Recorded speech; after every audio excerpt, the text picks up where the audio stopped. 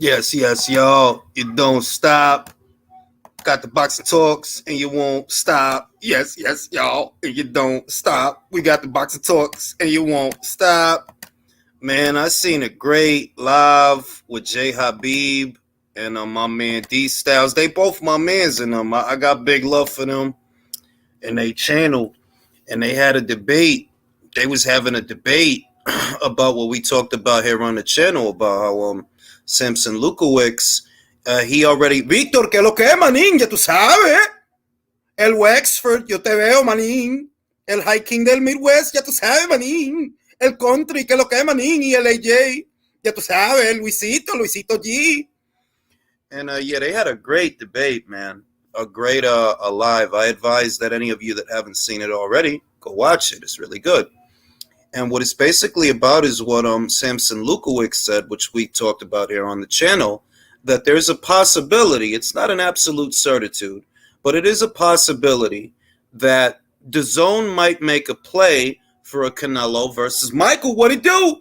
They might make a play for Canelo versus Benavidez fight. Not even specific to that fight, because they're going to make a play for really any Canelo fight. You know, remember, they actually made a play for the Caleb Plant fight, but because they didn't have pay-per-view functionality at that time, which they now have, but because they didn't have it at that time, they did, you know, Canelo chose to go to the PBC and get that last belt, right? You know, that was the story at the time.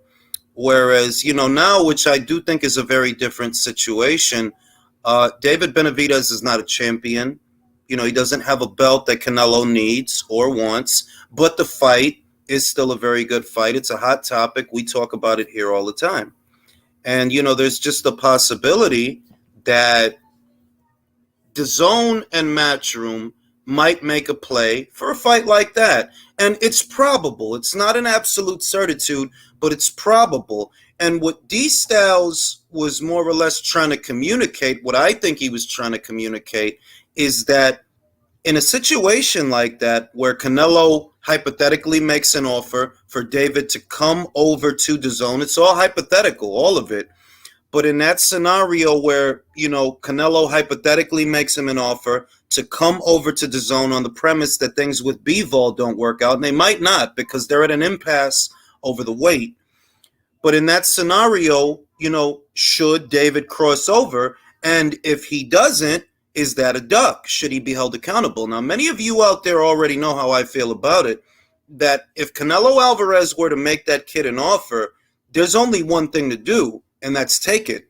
Because you, your father, your promoter, y'all too comfortable talking about this guy like he got something to prove to you. You know, so if you really want him, sides of the street, that don't really come into it because he's the A side by and large. You know, I know a lot of people get tired of hearing about that, but yeah, it does matter. It is relevant to the conversation. There is no debate. There is no discussion that Canelo Alvarez is the A side to David Benavidez. So in a situation where the A side says, I want the fight here, I want the fight on DAZN, you don't get to dictate terms to him. You can either accept it or reject it. But if you reject it, all that monster crap, it goes out the window.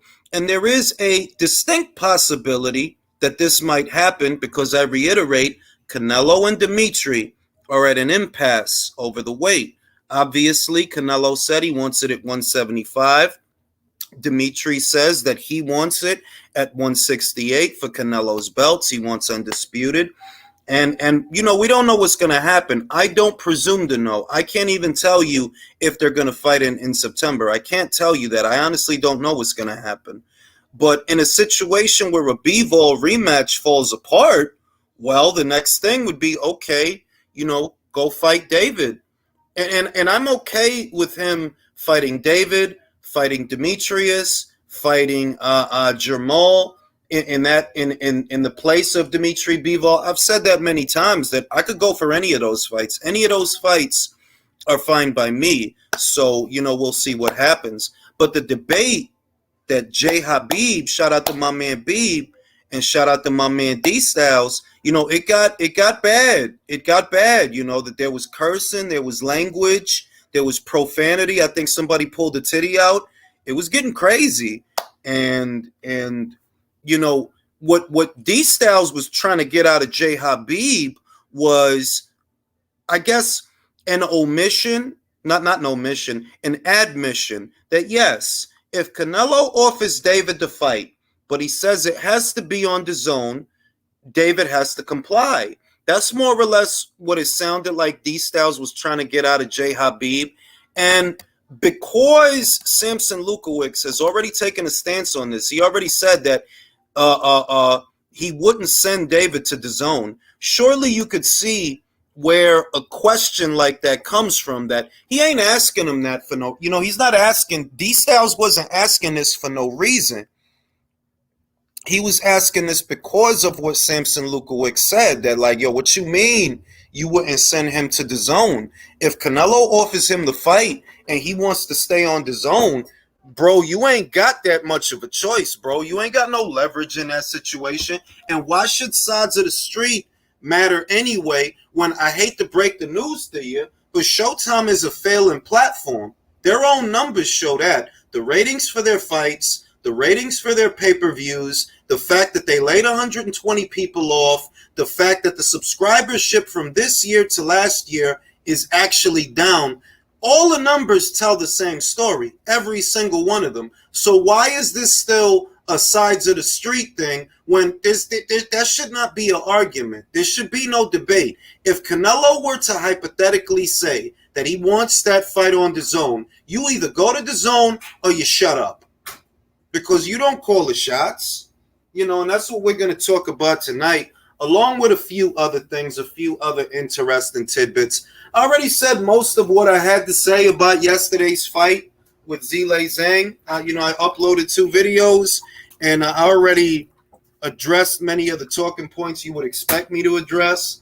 So, it just is what it is.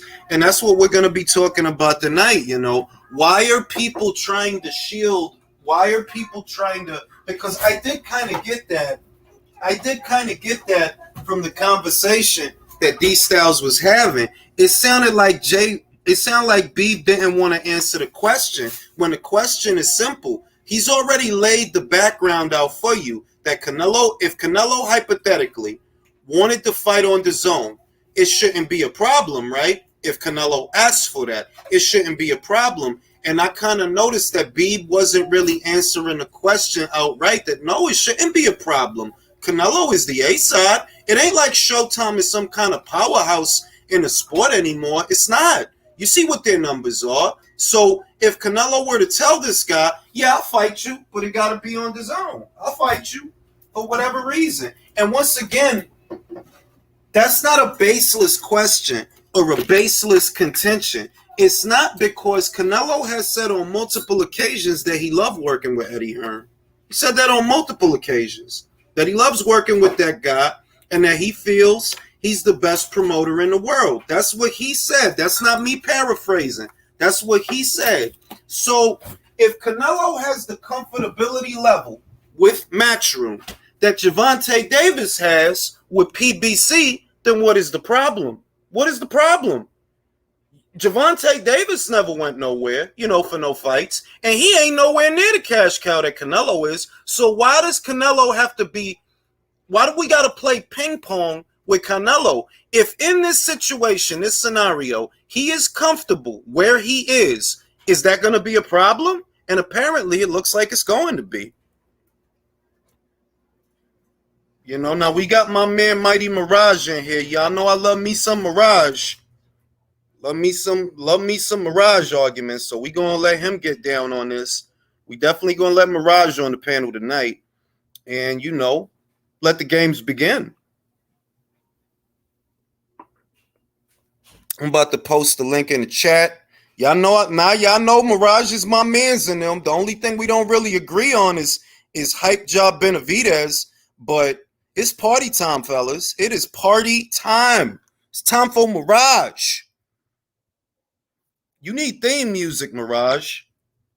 But don't use no copyrighted theme music. I don't want to get in trouble. You need like a theme song, bro. Like na na na na na na na. Mirage. ¿Qué lo que, manín? Nah, same old shit, bro. I just seen a really good debate with D Styles and J Habib. Yo, was were they cursing, bro? Send me the Bro, link. no, they was cursing. Like it wasn't I even like like that. friendly cursing. I like that. I like the energy. They was like at each other's throats over the shit, bro. No, we need more of that on this channel. Hey, Jules, who pulled the titty out? I think it was D Styles. He got really mad. Yo. Oh, damn. Pause. What's up, ladies and we gotta get gents? more of that on this No, channel. but that's what the discussion was. That basically what D Styles was trying to ask Habib, because of what Samson Lukowicz said.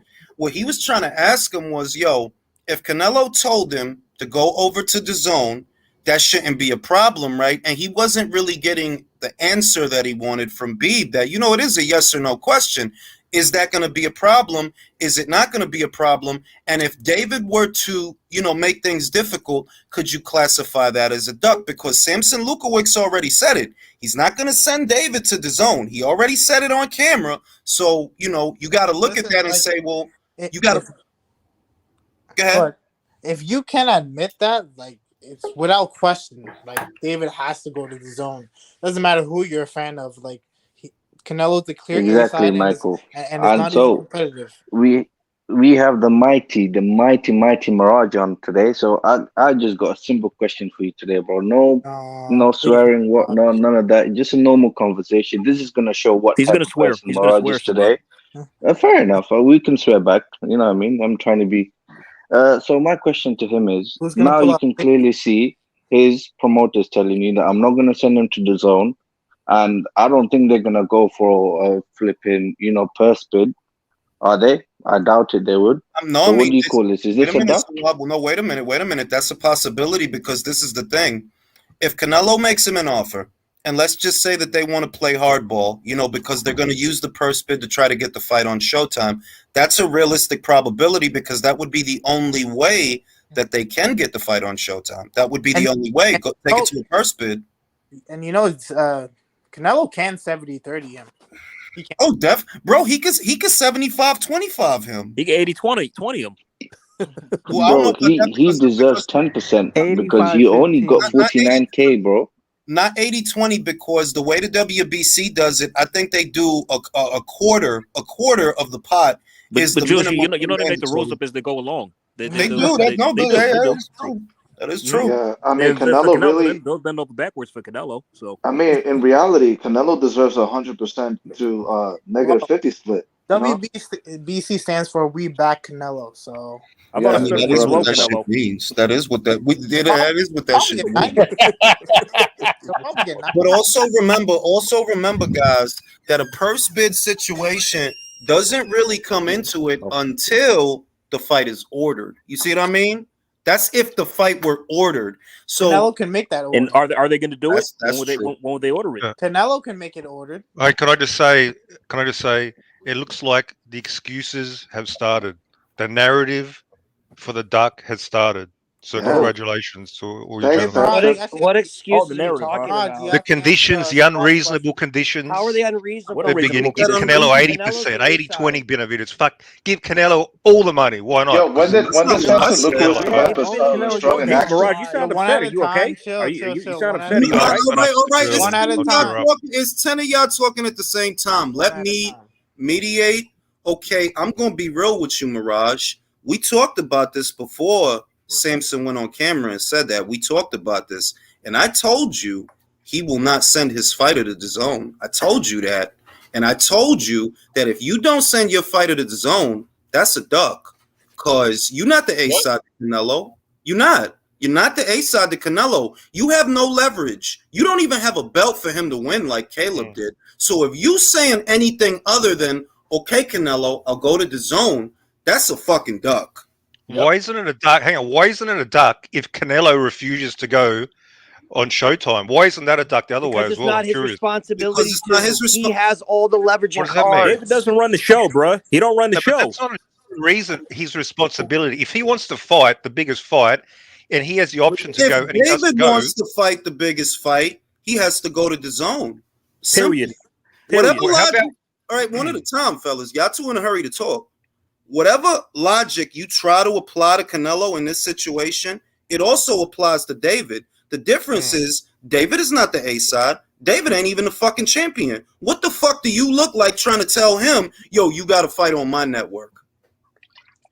Well, how about we be reasonable and say both fighters should go where the money is? No, how about we be Showtime reasonable? offer the most money? No. How about we be reasonable and apply the same fucking logic that has always applied since the inception of fucking boxing? Since the inception of fucking boxing, there have always been A sides and there have always been B sides, and it's only these clowns. It's literally as long as I've been alive and as long as I've been watching boxing, it's only these fucking clowns that do this shit. And that's why none of their fighters are really stars. Whatever Javante about to do with Ryan, right? It's likely going to be better than what he does on his own, but they'll have you believe it's just because of Javante. Javante by himself is only good for 2. That's all you ever do. You've been on pay-per-view 5 times. Your pay-per-views are always at or around 200 thou. If you go in there now and you do 500 thou or $1 million, well, it ain't because of you, because we see what you do by yourself.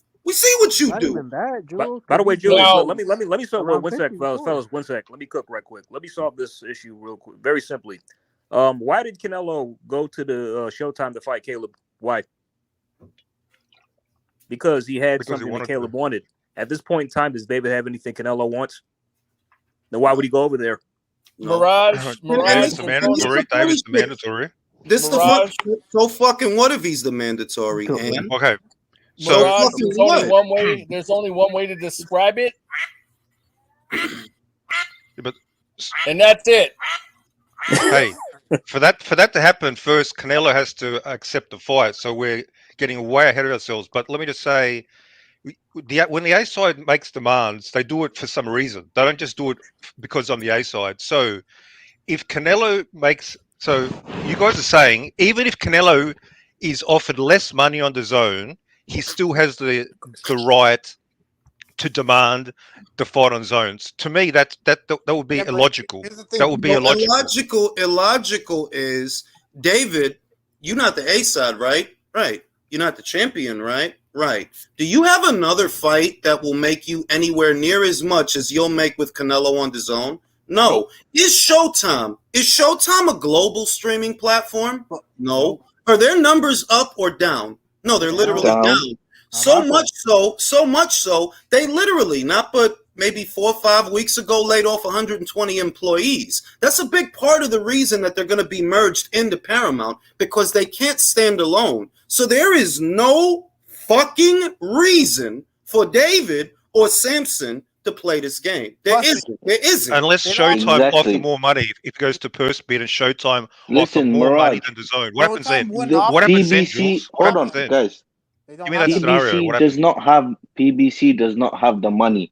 They would only have the money because they're putting it on fucking pay-per-view, because Canelo is bringing the money.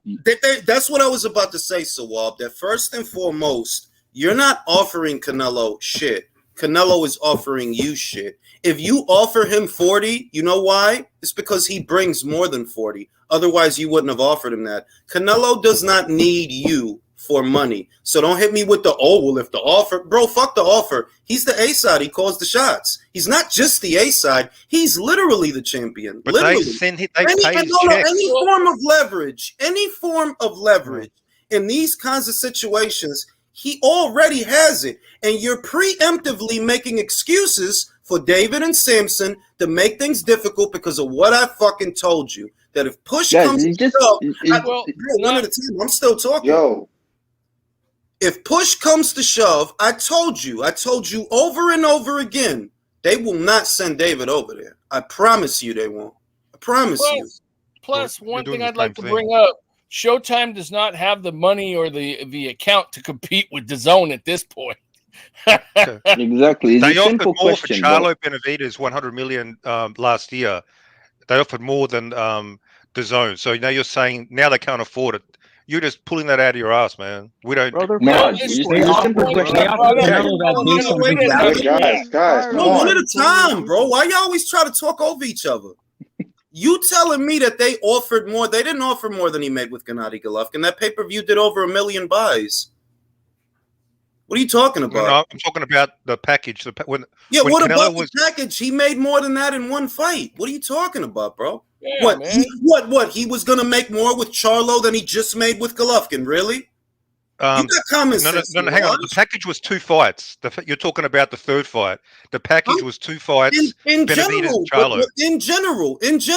if you're saying Errol Spence, Benavidez, and Charlo, not a single one of those fights is bigger than a Golovkin fight. Not a single one. Look, I'm just going with the offer was. Remember when you told me that David was going to do all these astronomical numbers on pay-per-view because everybody was behind him? And remember that I told you that I'd be surprised if he does 200,000? You know that he didn't do 200,000, right? Sure didn't. Those numbers, we still don't know the official numbers. We still don't know the official numbers. Bro, the only numbers that are out there, don't play that game because the numbers are seldom ever official. Here's reality. The only official numbers out there, official from the source, is over 1 million for Canelo Golovkin 3. Every other number is a ballpark, but we go by the ballparks. That's what we usually do. Well, we don't even have that. We don't even have that. We do have that. It's under 100,000. 49,000. It's between 49,000 and under 100,000. It's anywhere in between 49 and just under 100. I've seen Al Heyman said under 100. Was that? But that's all I've heard. So you have some other source? Mirage, can I ask you a question? Let me just go, bro. I'm just gonna ask this. Look, they need Canelo. With Canelo, they're gonna have probably 1 million, 1.2 million pay-per-view buys. Maybe in this day and age, maybe 600-700. Even still, then, bro, Benavidez did not do more than 100K. And now you're talking about these ballpark numbers. And how long has it been since that fight? Exactly. It's 2 weeks, 3 weeks? It's been about 3 weeks. And when did they find out Canelo? Everybody knows that fucking fight did not even do 200,000. All right. Now, I don't know if it's the way that Michael says it is, because I am starting to think that Michael thinks you're trolling. I'm trying to figure out, are you trolling? I'm telling you, bro, he's fucking with you. Trolling about what? He's not because everything so far, every box that you had for Benavidez to tick off on, he didn't tick off on any of them. Nope. But it was like this is a stupid debate without question. Like, what are we talking about? He didn't tick off on any. He didn't knock out Caleb. He didn't sell a bunch of pay-per-views. He didn't do any astronomical numbers of any kind. He's not ticking off on any of the boxes. So I just want to make it clear that I was right, because I told you this weeks ago. I told you this weeks ago before Samson was on camera and said that. I told you, under no circumstances will David Benavidez go to DAZN. I don't care what it is. I promise you. Push comes to shove, he won't go, because he is a fraud and he's not after a Canelo fight. He just wants to use Canelo's name. Not after a Canelo fight. It's very convenient, isn't it? But Jules, what you're saying isn't even like speculation. Wait. Like his dad. Hold on. All right. Let me just say this. It's very convenient that they find out Canelo's pay-per-view numbers a week after, but we have to wait for the PBC and those lots more than a month, 2 months to see, we're still accumulating the numbers. Don't even worry about the time frame. DAZN is confident enough in their product, right? And I knew the number the Sunday night. It was either the Sunday night or the Monday night before they released it. I had the fucking number. I said it here on this channel. The number for Canelo versus Golovkin 3 was just over 1 million. And that's not a ballpark from a source or of a journalist. DAZN did an official press release. If you have a business degree, you'll know that you can't do that and lie. If you put out a public statement that this fight sold over 1 million, it has to have sold over 1 million. Otherwise, the SEC is going to be on your ass, basically, which is besides the point. The only official number out there is from DAZN. PBC don't release official numbers. Why? You ain't got nothing to brag about, bro. Not a single one of these hype jobs that you have, whether it's Javante or David, these guys don't do numbers like that. because the paying public is not behind them. I don't care what nobody on whose boxing channel say. I'm a customer first, and I know real customers is not behind David. Yep. Fanboys are, but not real customers. No. Well, I don't recall saying David was a pay-per-view star. Well, nobody's denying Canelo. Oh, so he's not a pay-per-view. So wait a minute. You're saying that a guy who is not a pay-per-view star should dictate to Canelo where he fights? No. I'm not even saying. I'm not saying. No, I'm not saying. That settles it then. That's it. No, Can we move off from this subject now? You just said this shit. He's not a pay-per-view star. It's settled. Case closed. Don't strawman me. I never said David should. I never said David should dictate to Canelo. I said the money, the purse should dictate. The money's not behind David. It's behind Canelo. Well, Canelo gets paid. Canelo doesn't. The money Canelo is the money man. You go to him. Okay. Canelo put me through. Oh. Canelo put me through college, so I don't give a shit what none of y'all talking about. Right. He paid for my tuition, you motherfuckers. And then no Canelo slander. You guys are acting like he's married to the zone. He's married to the zone, and he's going to fight there. Even if the other side offers me more, Canelo is justified to just sit on with the zone and say, "Is Benavidez not married to the PBC?" All right, one at a time. Well, this is the shit.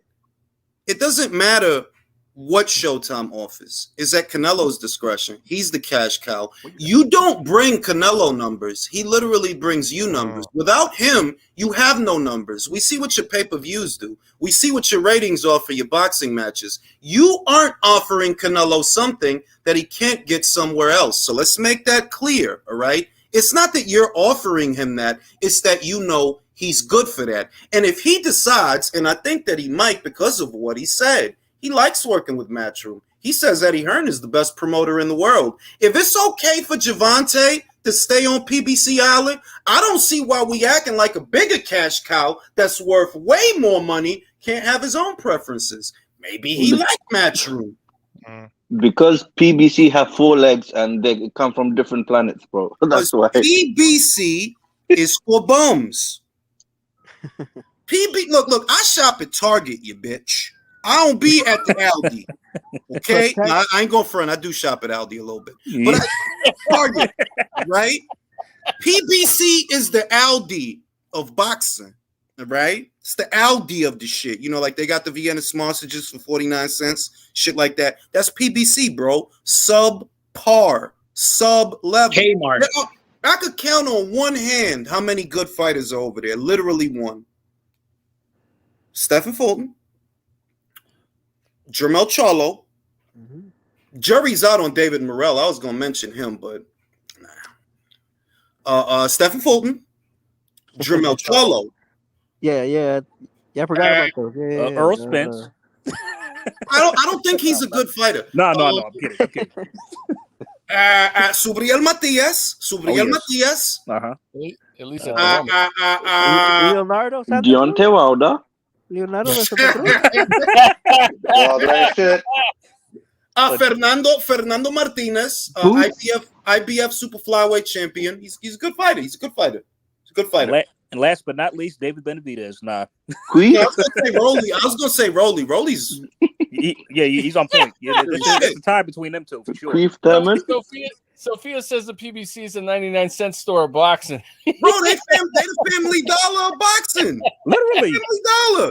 Bro, they had to re-rock David Alexander. They had to re-rock David Alexander to throw him back on. Bro, they dusted him off. So they recycled him, bro. They took him off the breakfast bar, dusted him off so he could lose to What about Adamas and Oshaki? What about Adamas and Oshaki? I'll say this. I don't really consider I know that he's over there, but I still view Adames as a top-ranked fighter. I still kind of do because he is a consummate professional. He does take his job seriously, and he didn't learn that at the PBC. He learned that at top rank. Yeah, that's true. Andy Ruiz is the same shit. Andy Ruiz is not a good fighter because of something that Al Heyman did, bro. Andy was already a good fighter. He just fat. And see, this the shit. This is how you know people don't fight. They saw he was fat and thought that he was for play. Have you ever fought a fat person? It's not easy, bro. It ain't easy to fight them fat guys. They see he got titties and shit, and they think he's for play. No, he not, bro. That dude They would just sit on you. But another thing, about Carlos, like that's what happened to Anthony he Joshua, earned his bro. title shot, and now he can't get it. And where is he at? Hello. Man, you know what? The key to fighting a fat person, though, you can't let them grab a hold of you, because if you do, you're done. Yeah, but the shit is they take up so much space. It's hard, bro. Like big old fat. Like really, you got to punch him here, be in a triangle, bro. Because other than that, you in trouble. Let me read the super chat. Jay Flint says, "Imagine Southpaw and Mirage arguing, pure comedy." Darren Hodges says, "Off work today. Get to tune in live with y'all from Australia, Mirage. Give it up, my G. Canelo whips David." Drew says, "The live gate did not even do I know, bro." And I'm like, yo, why are we pretending? Why are we pretending that David has a say? You don't have a say, bro. If he offer you a fight, you take it at the terms that you're given, just like Floyd did with Oscar, and you see what you could do. Simple as that, because that's how it is. I guess just like Canelo did with Floyd. He knew I think he will do that anyway. I think because again, this is a narrative that at the moment. It's not a narrative. Samson is on camera saying that. Samson is literally on camera saying he won't send David to the zone. But Canelo is not on camera saying, "I'm not going to go to Showtime." Listen, but also something as the official ambassador of Mexican boxing in North America, right? Even though I'm Dominican, I don't want Canelo fighting on no crackerjack Showtime platform. I know, Jules, but what you want and what Canelo wants are not necessarily the same thing. I send Canelo psychic messages wearing this beanie, bro. Like, what are you talking about? Wait. Send him a message. Take the fight. Tell it. Send him the message.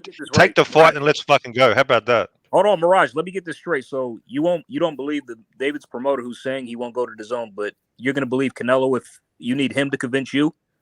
Is that what you're saying? Man, fuck. What the fuck? Look. You don't even got Showtime in Australia. Come on. What are you talking about? Enough of this Canelo shit. Let me read the super chats. If the PBC was comfortable in their product, they'd have their numbers everywhere, which is true. Since they love to strong arm negotiations, we know why they don't, and it's the truth. The rule of thumb is simple. If you had something to brag about, you'd be bragging about it. But all of a sudden, and this is the funny shit, they used to announce their Nielsen TV media and research TV ratings. They don't do that anymore. You literally have to go out there and find them. And what I find every time I look is 100,000, a little over 100,000. Like, bro, barely anybody watches your channel for boxing. Canelo is too big a name to go on your little platform. You're not an industry giant no more. You don't even have a foreign affiliate. Top Rank has a UK affiliate. Sky Sports, a very big network. DAZN, they don't even need one. They are their own global streaming platform. So for what fucking reason is Canelo supposed to make sacrifices to these people? I don't understand it. There's no reason, bro. Because Mirage says he's a boogie monster or whatever fucking calling him, bro. I got a question for you, Mirage. You said that Mexicans are gonna come out fucking woodworks and from the caves to go see Benavides. What happened? Hey, the place was a sellout. They sold the fucking place what out. are they? Hobbits? Like what the fuck? They sold out the arena, man. IQ, ¿quién es ese güey Benavides, bro? ¿Quién es ese güey? Oh shit! Now we're gonna move on because I know this is a hot topic. Don't let Polo act like he the only one who picked Zhang. I know, bro. You picked Zhang. I know. Now Teddy Atlas, he came under fire. He came under wide open, bro. Pause. Wait.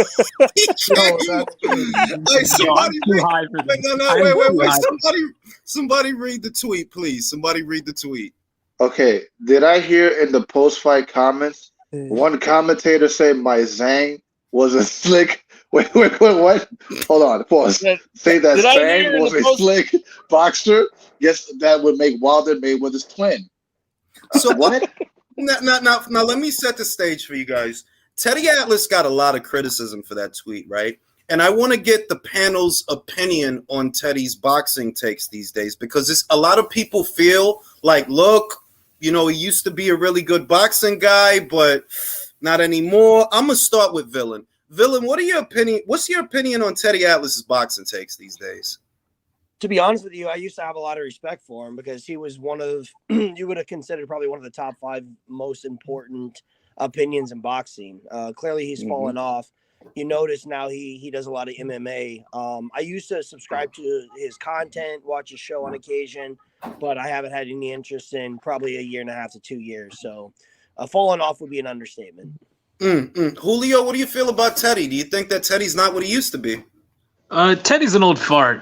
He kind of reminds me of like Joe Biden a bit, but in like the boxing world, where he's just a stumbling old man who watches MMA all day and cares nothing about boxing now anyway. So, and as far as like the time frame, I agree with Villain. I think once he made that hard pivot towards MMA, I literally stopped watching a show, not because what he says isn't, important, but it's just like, man, you don't ever talk about boxing anymore. So why the fuck am I watching this?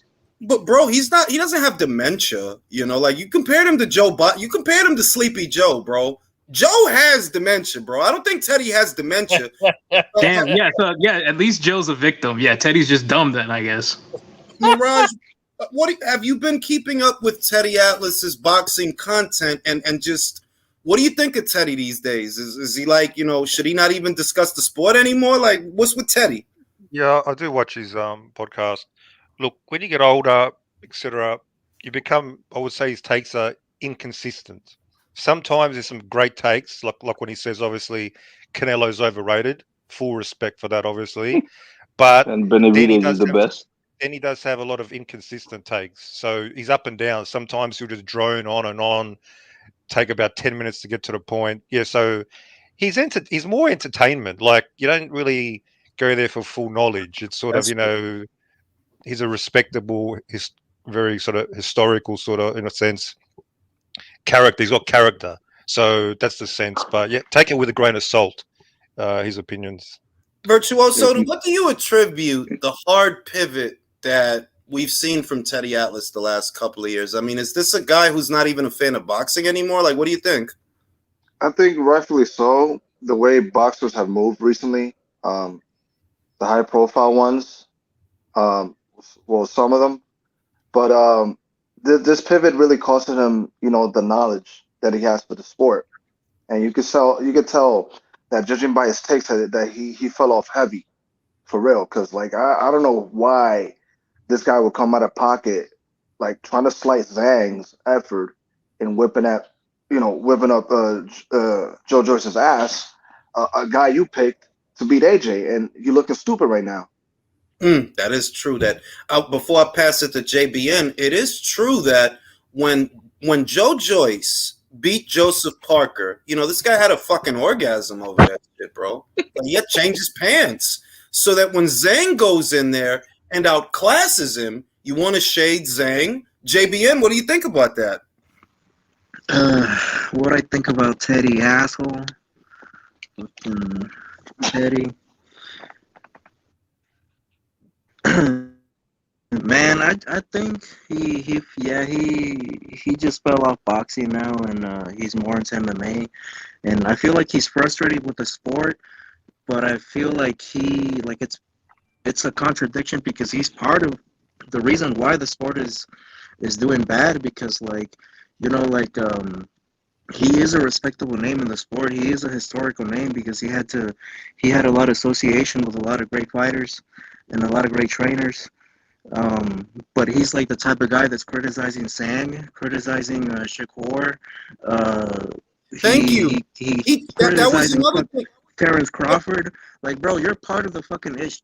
And he's the one here that gives more credit to stupid fighters than to the good fighters, But that is true. Like last week, he said some slick shit about Shakur, and I'm like, bro, that was an entertaining fight. Like now, I'm not. It's starting to feel like you feel a certain way about a fighter, and you just stick to that. Like because that wasn't a boring fight with Yoshino. Like, no, it wasn't a boring fight. He was throwing punches. He knocked him down 2 times. What was boring about it? By the way, fix your mic, brother. It's rattling. Whose mic is that? So, what So, Rob, what's your take on Teddy, man? Bro, let me just say this here. This just shows a lot. You know, Mirage goes to Teddy Atlas for entertainment. Then that should show you, bro.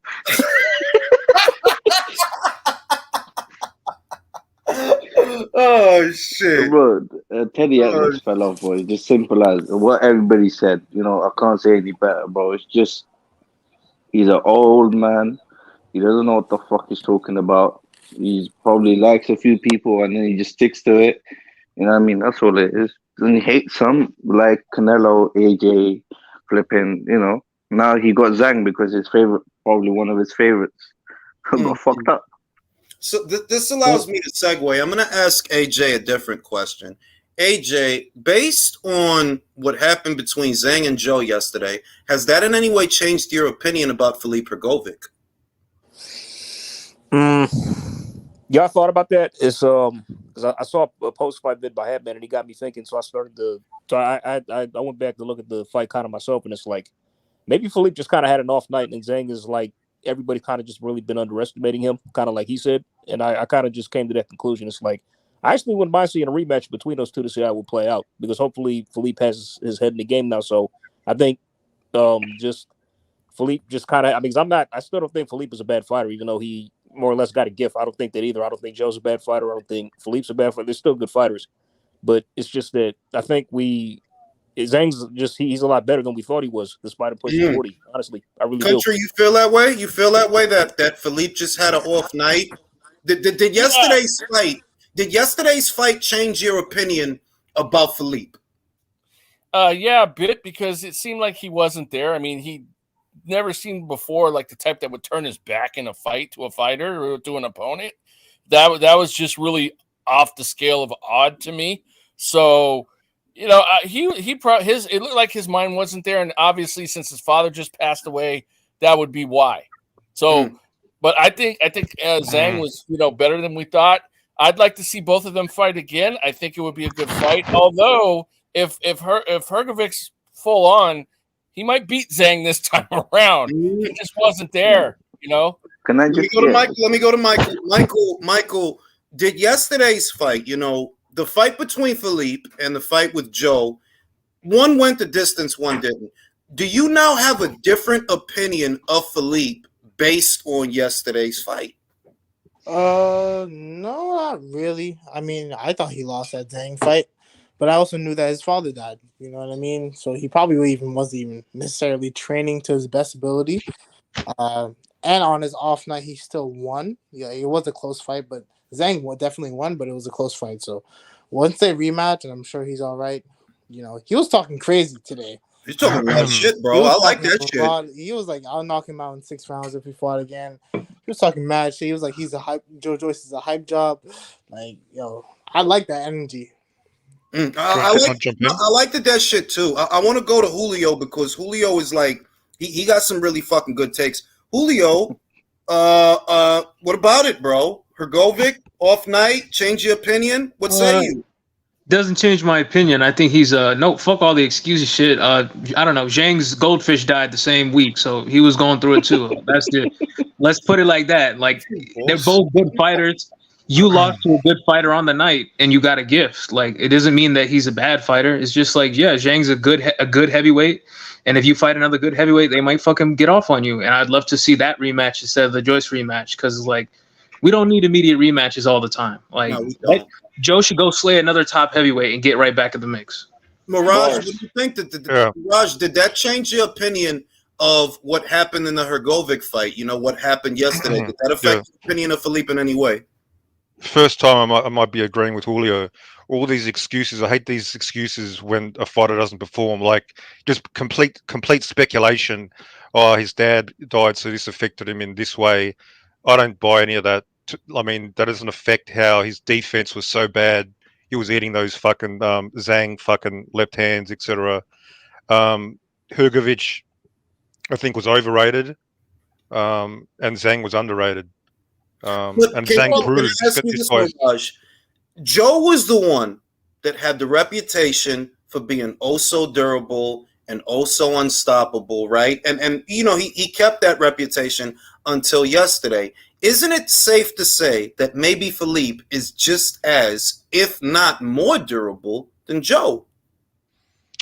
I mean, it's hard to say because sometimes you get punched in the eye and nothing happens. Then you get punched in a little different angle and it might break something. I mean, it's hard to say specifically on that. But his defense, I mean, Joe's defense is like he has no defense, right? We know that. So Hey, but didn't they he confirm paid that the nothing was price. He broken? was always going to pay the price eventually. He can't just continue fighting and just be boasting about, oh, my bone density. This was going to happen. It was going to happen, and it happened. And that's. Hey, that's I got a quick bottom line. question. I got a quick question for you. Could it be that Hrgovic is just very susceptible to southpaws like Joyce is? Because how many southpaws did he face before? Well, no, I think it's more like this. See, what I'm thinking is everything in boxing is hot and cold. You know what I mean? That the minute that Hrgovic looked human, oh, he's just a piece of shit. And now Joe looked like an even bigger piece of shit, so to speak, than Hrgovic did. So doesn't that then mean that, Hrgovic is probably a little better than we're giving him credit for? Can I respond real quick? As far as like the southpaw thing, I think with Joyce, it's a legitimate thing where he struggles with southpaws because he was barely ever matched up with him. And to me, that's always a red flag. Whereas Hrgovic, he had a long amateur career, so there's no way he hasn't seen any southpaws before. I just think he lost on the night. That's it. But wouldn't you say that he lost better than Joe? 100%, but I would always have picked Hrgovic over Joe Joyce, even before Joe got exposed by Zhang. Like I would have still said, even if Joyce was coming off huge wins and still had that like quasi boogeyman status, I would still pick Philippe Hrgovic, knowing he got a gift against Zhang. I would still pick him over Joe Joyce. Oh shit, Villain, do you feel that way? Would you have picked Philippe over Joe, or did yesterday? Well, that's saying that based on yesterday's fight, would you now pick Philippe Hrgovic over Joe Joyce? Yeah, probably.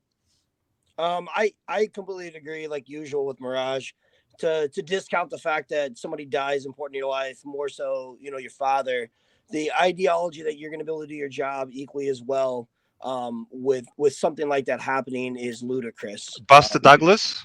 Again, it can motivate. The direct opposite happened. Sure. Yeah, thank you very much. I'm aware of what happened. You just got wrecked. Well, no, you got wrecked because what it does prove that actually you can use something either negatively or positively, emotionally. So either words, we don't know, and you're just completely speculating out your ass. That was my point. Let me ask you a question, you fucking idiot. Do you not think that somebody's upset? Well, because you run your mouth and you don't have a clue what you're talking about. So after a while, it's annoying. The idea that someone's death wouldn't affect somebody, the fact that you would use that, just goes to show your intellect. Of course, the death of somebody to a person can either be a negative or a positive. So I'm not going to have to speculate with you. So you agree with me? We don't know. I agree, man. Especially your father's death. Somebody's death. Maybe he hated him. We don't know. Mirage wouldn't know. He doesn't have that. Mirage is like, well, we don't know. Maybe he hated let's his say this. I can say this much. I can say this much, and I won't speculate about performance, but I can say this much. He was close with his father. That I know. He was close with his father. Bro, Make of that what you will. Khabib Nurmagomedov retired because he was so close to his father that he didn't want to continue without him. Yeah. So it produces an effect. It really does. We don't know which effect. We don't know which effect. Yeah, we can say that it can. It can. Am I going to use that as an excuse? Oh, I don't know about that, because just like which it is a valid point that Buster Douglas's mom died, and he derived inspiration from that. But that's different strokes for different folks. To me, some people might be grieving so hard they just can't focus on their assignment. Death is not easy. All right. How about instead of that then? Okay, let's take that in consideration. Okay, but like now, what about the boxing though? Like, are we really surprised that a guy like Hrgovic would lose to a little quicker, more elusive southpaw who can counterpunch? Like, is that a crazy thing to like suggest? No, like Hrgovic was good too, but the idea that he was unbeatable or some shit was always insane. Like we just have to learn how to stop hyping people up. Nobody thought he was unbeatable. But aren't we now? No, I'm not saying no one here did, but he had that perception. With Zhang? Aren't we now doing that with Zhang? No, because look, Zhang is a good fighter, but all the shit about how he'd beat Joshua, nonsense. Like Zhang would get cooked by most top heavyweights. That proved it right now No, because man. everybody was saying Most. Joyce was gonna smoke Joshua, and look what Zhang just did to him. No, but Zhang would lose to Joshua though. Zhang would get destroyed by Joshua. Well, I do want to. Joshua couldn't even destroy Franklin last fight. What version are you talking and about? I'm telling Stop you, playing, I'm telling you're you. playing boxing Listen, now. listen, no. This is what it is, and I am in agreement with Julio that it's almost like it's become the trendy thing to attack this guy. When I could say wholeheartedly, I would pick Joshua to beat Zhang on points. I would pick him to beat him on. I don't think he'd knock him out. Bro, but mid-round stoppage. Mid-round stoppage. I don't know about a stoppage, bro. He's not committing to the right hand, so I don't know if he's going to crack this guy hard enough to stop him. But I do think he can jab his head off. I do think that. Bro, and then there'll be eye level. Like he's food for Joshua, bro. Well, but also, again, too, remember Zhang's gas tank ain't great either when he gets to those later rounds, man. Yeah, that's another thing. And this fight never made it. This fight never made it into the later rounds, so that's something that we got to think about too. Also, he gets hit. He gets hit with straight rights all the time. Can I just ask this? How can you say that, bro? In his last 3 fights, he went 12 rounds non-stop, bro. What the fuck are you talking about? He's talking about a fantasy version of AJ like years and years ago when he used to blast out motherfuckers. Well, I'm talking about today's version, the timid version. Franklin was standing right in front, and he didn't get beat up or fucking knocked out. So Franklin doesn't fight like Zhang. You're just playing. You're doing the boxing. It doesn't matter. He's still shit. No, but still, it wasn't competitive. Y'all making him like you went like that. He won. Zhang brings much more dangerous attributes. I want to, before I pass it to Michael, I do agree with Julio on this. Fighting Franklin is in no way, shape, or form the same as fighting Zhang. Zhang is not even similar in any way. It's a way bigger target. It's a way bigger target. You don't have to punch down to hit him, you know. And he's a southpaw. Like it's a stupid brain dead comment by Mirage. No, I'm not saying they're the same. I'm saying this was a mediocre opponent. Even if he's different, he was a mediocre opponent, and AJ did not beat him up and light him up like you're saying. So you're making caveman noises. That's all. So I'm comparing. No, and now you got Zhang, who's much bigger. You guys got to cool off, Michael. What do you got to say? I was just gonna say, like, it's not even. What did people want from AJ? Yeah, he should have knocked him out, but it wasn't competitive at all. Also, Franklin's completely different. It's a different style match. And Joshua knocks him out under 8 rounds. I would say that I think the expectation for somebody to just go in there and blast out Franklin, that's what seems ridiculous to me more than anything. The guy's never been knocked out. I don't even know if he's ever been knocked down. Like, what can you see? What do your eyes tell you? He's a good fighter. Yeah, and styles make fights. Styles make fights. Like Franklin is a custom-made, like fucking C-class fighter. He's literally for an elite fighter, and that's the perfect fighter for you to beat up. He literally has all the things that gave Joshua issues. Franklin's a top-class fighter. AJ didn't look amazing. Counter puncher, like those are all qualities that give Joshua trouble. And Joshua schooled him for like 12 rounds. You're just talking out of your ass and making cavemen. I want to say this. I want to say this. The way that fight is looked at, because there wasn't a knockout. You know, that wasn't Benavidez's plan. It wasn't a tale of two halves. Like, it wasn't. Franklin was never in that fight. He was never winning that fight. He was never in control of that fight. It's not even a tale of two halves. I had it 10-2 to maybe 11-1. 11-1. And the only rounds that I gave to Franklin were rounds that I could see, AJ's taking that round off because he doesn't want to punch himself out. Dude, if Joe Joyce had the same performance as Anthony Joshua, Ismael Salas is a genius. The Cuban school, he's so slick. He's XYZ. Like, he gave Jermaine a fucking boxing lesson and got no credit for it. If any other heavyweight, if Tyson Fury did that, everyone would be on his nuts. Honestly, Tyson Fury gets to go in there, get his face opened up by Otto Valine, and all they can talk about is how he braved the cut, when all I see is, if you weren't Tyson Fury, that fucking fight would have got stopped on cuts. Bro, if David Benavidez had that performance, Mirage would be comparing him to Sweet Pea and like all these defensive guys. You guys are sounding like a bunch of AJ fanboys, to be honest. Compare Joe Joyce's eye yesterday to Tyson Fury's eye in the goddamn Otto Valine fight. What was worse? Fury's by far. I really don't know. They let him fight. I don't know how they kept that fight going, honestly. I haven't seen – that's the worst cut I've ever seen where they wasn't stopped. Yeah, speaking of which, can you full screen me? All right, let me see. Hold up. Don't! Wait a minute. Don't do it yet.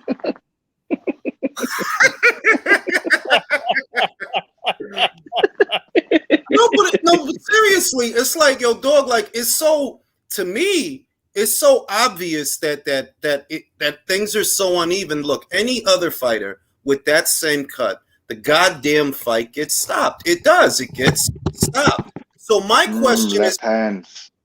Now that would have been a TKO. It should have been a TKO off of the cuts. And I'm like, why does Fury get to go in here, bleed all over the place against an unheralded opponent, but AJ can't win a dominant decision without being criticized for it? It was dominant. Franklin was never in that fight, bro. He was never in that fight. You can be dominant and win every round and still be unimpressive, Jules. Both things can be true. He didn't beat him up at no stage. He's talking about the Benavidez. At least Benavidez laid the smackdown in the second half.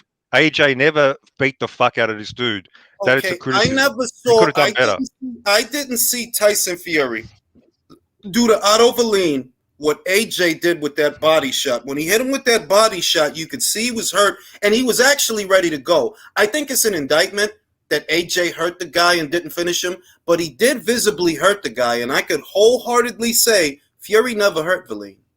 And if he did, that guy must have a hell of a poker face, because he never hurt him. He never hurt him. I'm not defending Waller. Fury looked like garbage. You're talking to the wrong person if you're going to think I'm defending Fury. So again, that fight.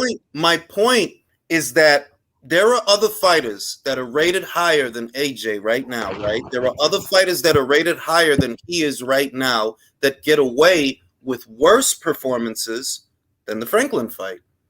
Otto, like, you're not supposed to go in there with an Otto Valine and look like that. And like I said, I'm not knocking Otto. I've seen a lot of his fights, but he really is more of a boxer than a brawler. Yeah, he's normally boxing. He's comfortable winning a points decision. That he was able to tear you up like that, that's a bigger indictment to me than AJ outpointing Franklin. Wasn't Fury criticized for that performance though? Like, sure he was. He wasn't. No, he was revered. Oh, he went through adversity, all this other shit. He got praised for that shit. Okay. They weren't attacking him. They weren't saying, "Oh yeah, you need to hang it up, bro. You lost the dog, bro. You need to hang it up, bro." They weren't saying that shit. So it is a little bit ridiculous with the AJ kid. And look, before this past weekend's fight, call me a fanboy, whatever, I would have picked him to outpoint Joe Joyce. I would have picked him. Joe has no defense, and that's the problem. I mean, if Joe has no defense and AJ stops him, well, in my opinion. I mean, because he's not committing to the right hand or the left hook, because he's not committing, it's hard to trust him to give you a knockout these days. But I would pick him to beat Joyce off of the jab. The jab alone, yeah, I think he beats him with the jab. No, I think he beats him the same way he beat Pulev, multiple knockdowns, and puts him out of his misery. I feel like people are making way too much out of his last performance against Franklin. You know what, like that was, he fought one way for a specific reason. That doesn't mean he lost his backhand and his hook. I think he'd fucking stop Joe Joyce. He's tailor-made. I like AJ, but in some ways, I feel like now AJ's not 100%, not the same as he was before. I think he's more vulnerable now than he was back in the day. I don't think he's more vulnerable because he's being more cautious. What I think he's lacking is a killer, but that doesn't mean that he's vulnerable. After Klitschko got knocked down a couple of times and knocked out a couple of times, he did come back a more careful heavyweight, a more tentative heavyweight that stayed behind his jab more. So I'm not going to say that he's more vulnerable. I actually think he's less vulnerable because he's not committing to the power shots. But that's why the fights are kind of, he's not going for it. He's smarter. To me, he's smarter. But no, I actually think he'd beat Joyce in the same way that Zhang beat Joyce, just with consistent counterpunching. Like, is that really out of the realm of possibility? No, that's literally his style, his best version. Tyrese I reckon Zhang would knock him out. Radamez, what up? Joyce getting KO'd in a rematch. I'm gonna say this now. I didn't want to say it now. I was gonna save it for the relay tomorrow, but there's not gonna be a Zhang rematch. No. There's not gonna. You know why? You can't. If you're AJ and you're a boxer puncher, you can change in between fights. You actually can. You can make the adjustment in camp if you're a boxer puncher. These pressure fighters, they don't change. They stay the same. And from one fight to the other, the way Joe fought Zhang yesterday is not dissimilar from how he fought Joseph Parker. He didn't do anything different. Nothing changed. Pressure fighters don't change much in between fights. And because of that, I don't think there's going to be a second fight. I think they'll probably fight Dillian, which is smart because you'll make money. You'll get back in the winner's bracket. Good style for him. And it's a good style for him. Like, and to your point, like, yeah, Joyce doesn't change his character, and that's why he still wouldn't beat any of the top guys. Like, that's also, he's one dimensional. The good guys can adjust. Yeah. And I don't think AJ gets enough credit for that. And I don't want to make it an AJ show, but the adjustment from the first Ruiz fight to the second fight is glaring. It's a full 180. Here you have a guy who's stepping into his jab and committing to his power shots. That didn't work. Okay, well, that didn't work. Let's switch it up. We're going to box now. And he shut Andy out. Andy had no success in the fight. That's the kind of adjustment I'm talking about. Joe could never make that adjustment. No. You wouldn't. It would take many fights for him to make an adjustment like that one, whereas AJ made that from one fight to the other. Joe can't do that. So if you do go in there with Zhang again, you likely lose again. I think AJ's fought pretty much the same exact fight. I don't want to use the word tentative, but definitely more guarded. He hasn't quote unquote gone for it since he lost that first Ruiz fight. After he fought that, he opens himself up and was quote unquote exposed. He allowed himself to get shot, to get hit with crosses, counters. He's fought the same fight. He's been very distant, a lot more jabs, and you saw the same thing with Usyk. I mean, he was rocked by Usyk. If you go back and watch that fight, he was toward the end. He was close to being down and out. If you notice the second Usyk fight, again, fought very distant, jab. And let's be honest, if he would have poured it on a little bit more in the later of that fight, he could have either got a draw or maybe a split decision win. So he's fought the same fight since he's been hurt, since he was knocked out by the first. I agree with that. I'll agree with that. Hot Boxing says, shout out to Hot Boxing. Big Bang wins a rematch with Joyce too. Damn the commies. Peace to all the degenerates. I do agree that. What's Joe gonna do? You know, like what what is he gonna change? If you jab more, you know what happens? You'll get the counter right hand more around the side because he has a great counter right hand that he could counter the jab with. If you don't jab more and you just try to barrel forward behind a high guard, he'll probably go to your body or some crazy shit. He'll probably Yeah. What do you think about Jared Anderson and Zhang? Too soon. Too soon, man. Way too soon. That's what I think too. I disagree. No. See, this is the thing. You have guys like Wilder, right? This is the most crude example, which is why I use him. Wilder actually medaled in the Olympics, in case people forgot. And this guy fought tin cans for 7 years. Now, all I'm saying with my man Jared is give him another year before you throw him in there with the upper top 10 guys. Give him another year because this guy's young and he don't have a lot of fights. If Wilder gets to kick cans down the road for 7 fucking years, close to 10 years, we can give Jared another year, bro. But at the same time, I think Jared beats. Do you know Jared beats Wilder right now? Later on this year, they're gonna put him in there with Makhmudov. You know that, right? Yeah, and he's gonna destroy him. Jared's not gonna learn anything from staying at the same level that he is right now. He's already surpassed it. And like as far as Wilder goes, bro, he beat Wilder right now. So it's a moot point anyway. He would I think he'd fuck Wilder up right now, to be honest. Who would you like to see Jared Anderson fight next? If Carlos Takam, he's coming off a win. Takam, I wouldn't see. I think he's ready for something even better than that, like slightly above. He might be. But I'm actually see. It wouldn't hurt to hold him another year, but if they do decide, all right, next let's fight a real contender, I wouldn't be against it either because Takam just look. Let me put it this way.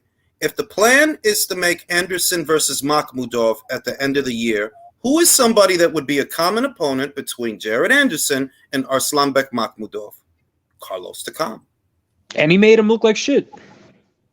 He did. I don't think he'll make Jared Anderson look like shit. I don't think that. I think Jared stops him. That's what I think. But I got to see it. And I'm okay with this kid who's in his, early 20s, mid-20s, fighting at Takam. That's good to me. Like, he's like 23. He's really young still. He's very young. This guy's, Tony Yoka is a gold medalist, older and bigger than Jared, and he couldn't handle Takam. So I'm okay with Jared fighting Carlos Takam. I don't see nothing wrong with that. That's a good fight.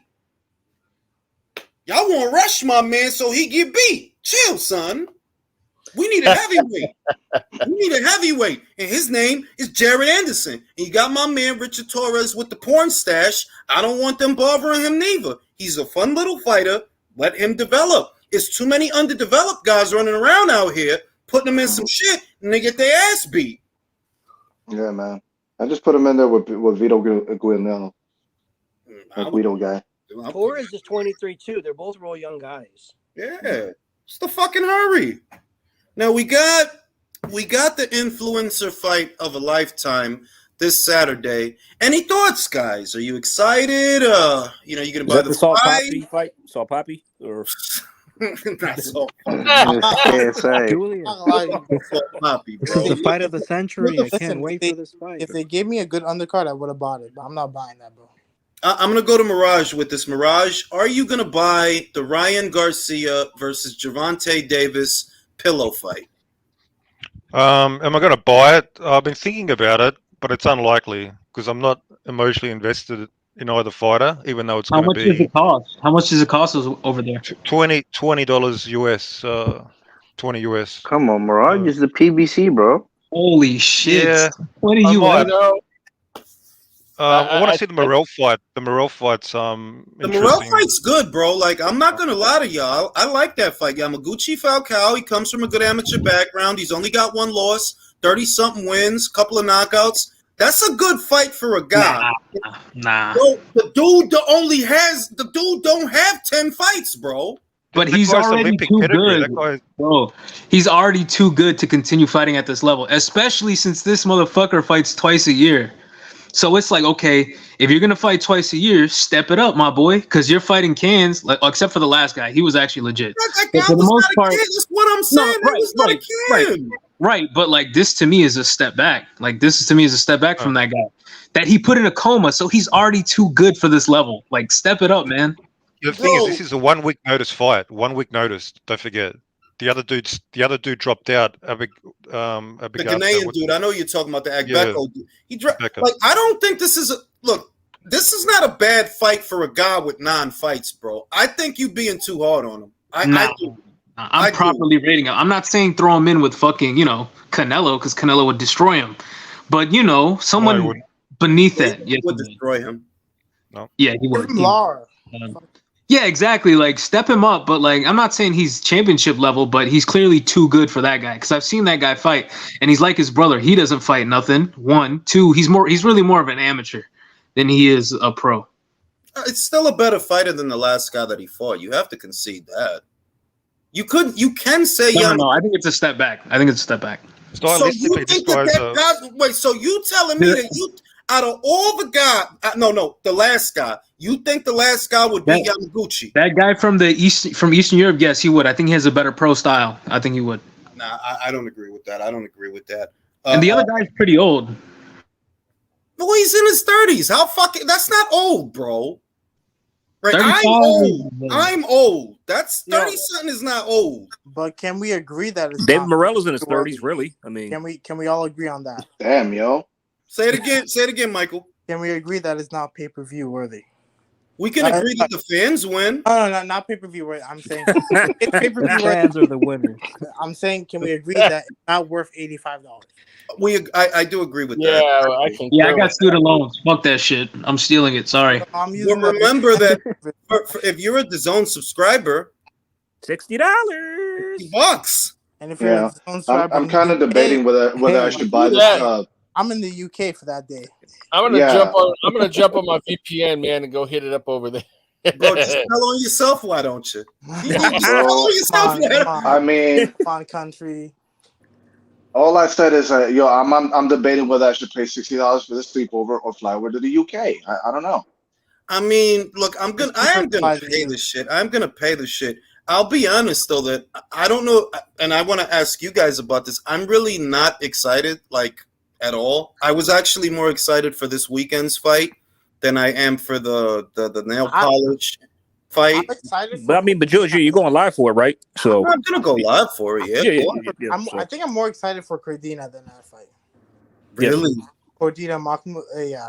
I'm honestly, if I'm being real with you, the fight that we got this weekend that I'm most excited about is Alen Babic and Rosansky. I know somebody's getting knocked out. I know it. When Alen Babic gets a certainty, it really is.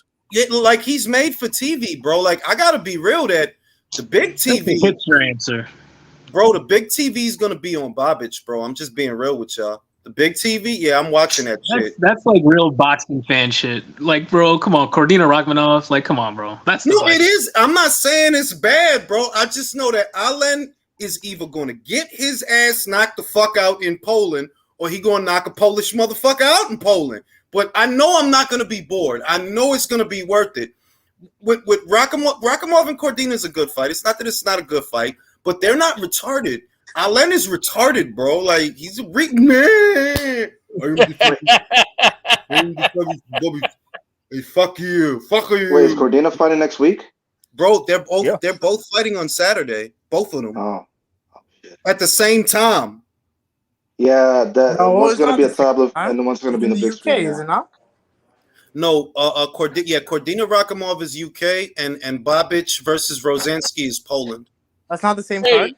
Who is No. The fucking Polish promoter won the rights for the, and that's why Alen is mad at Eddie Hearn because he was hoping that. What is that showing over here? Is that on ESPN or? I think that's gonna be ESPN. Who is Morrell fighting next? He's fighting Yamaguchi Falcao. I know. Okay.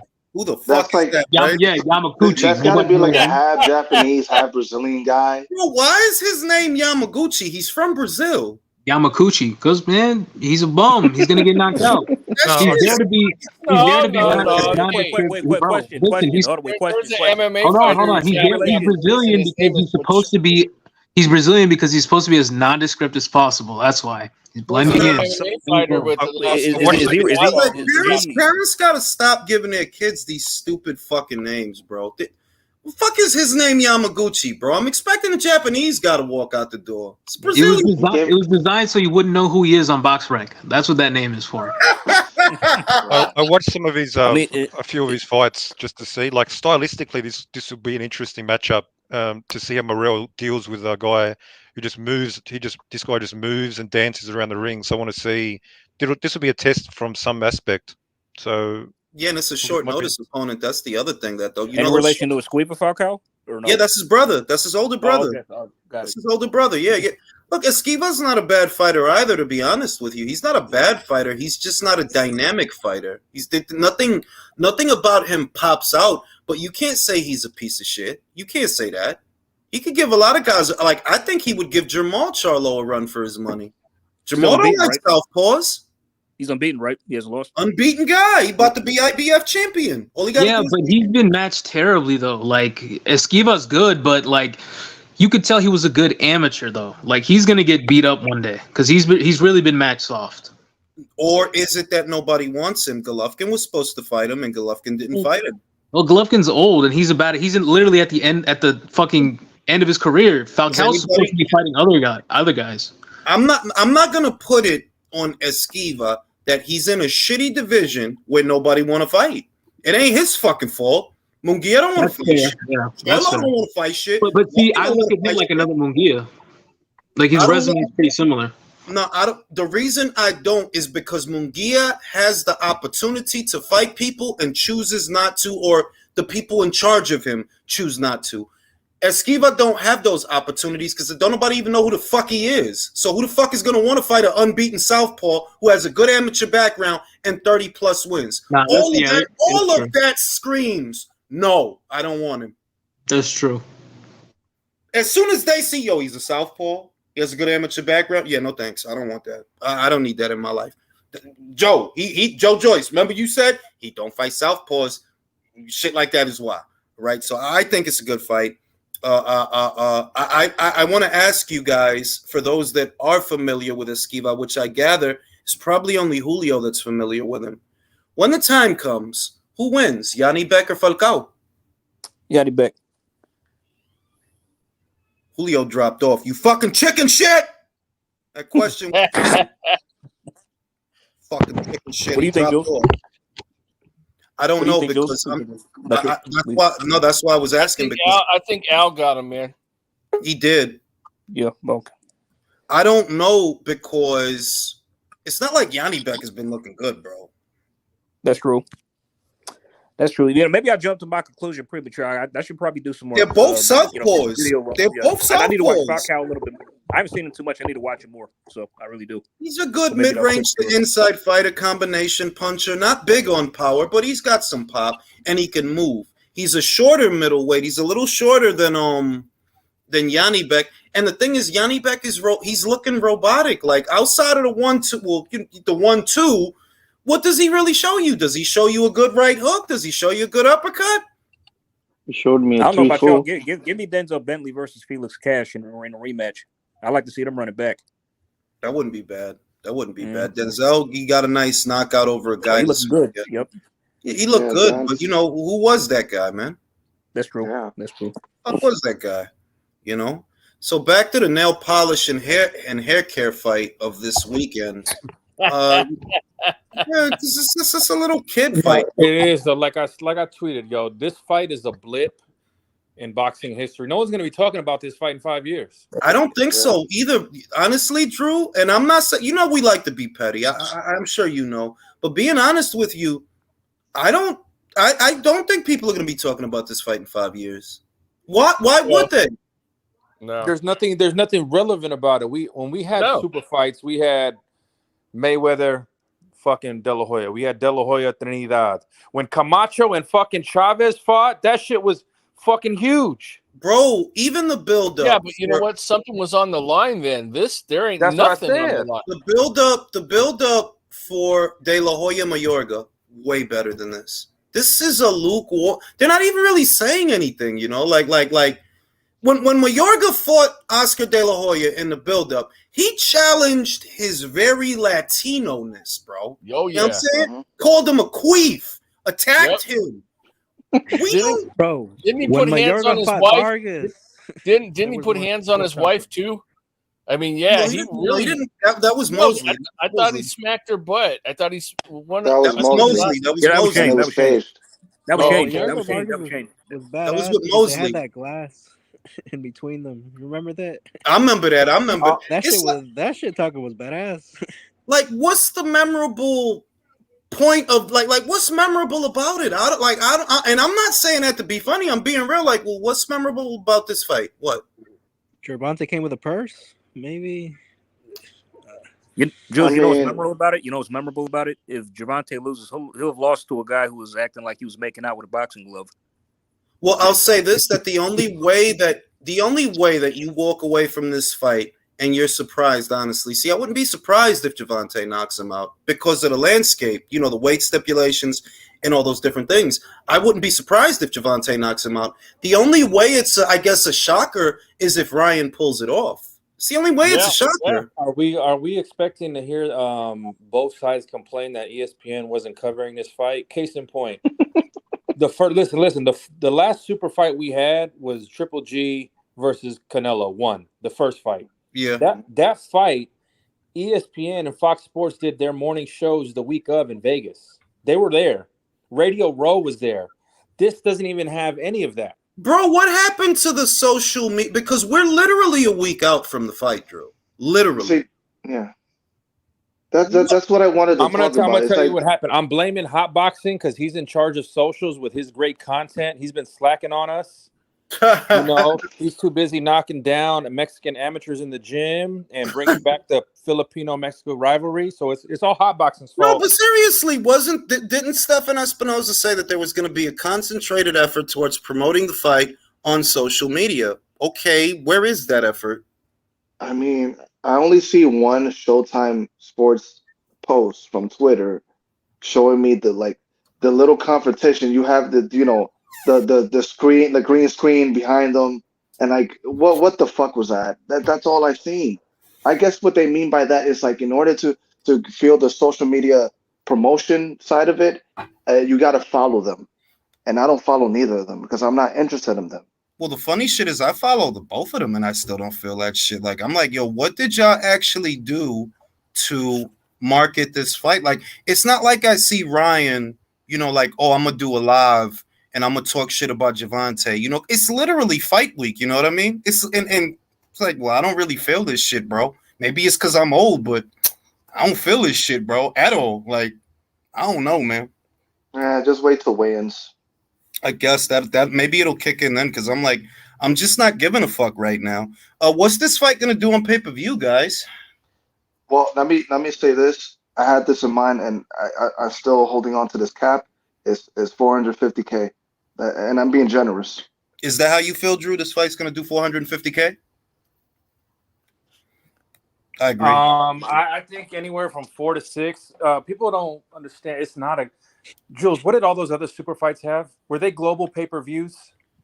I mean, so when they were counting the Pacquiao versus Mayweather and the Pacquiao McGregor, they were counting worldwide, doing 4+ million. That was the point of it.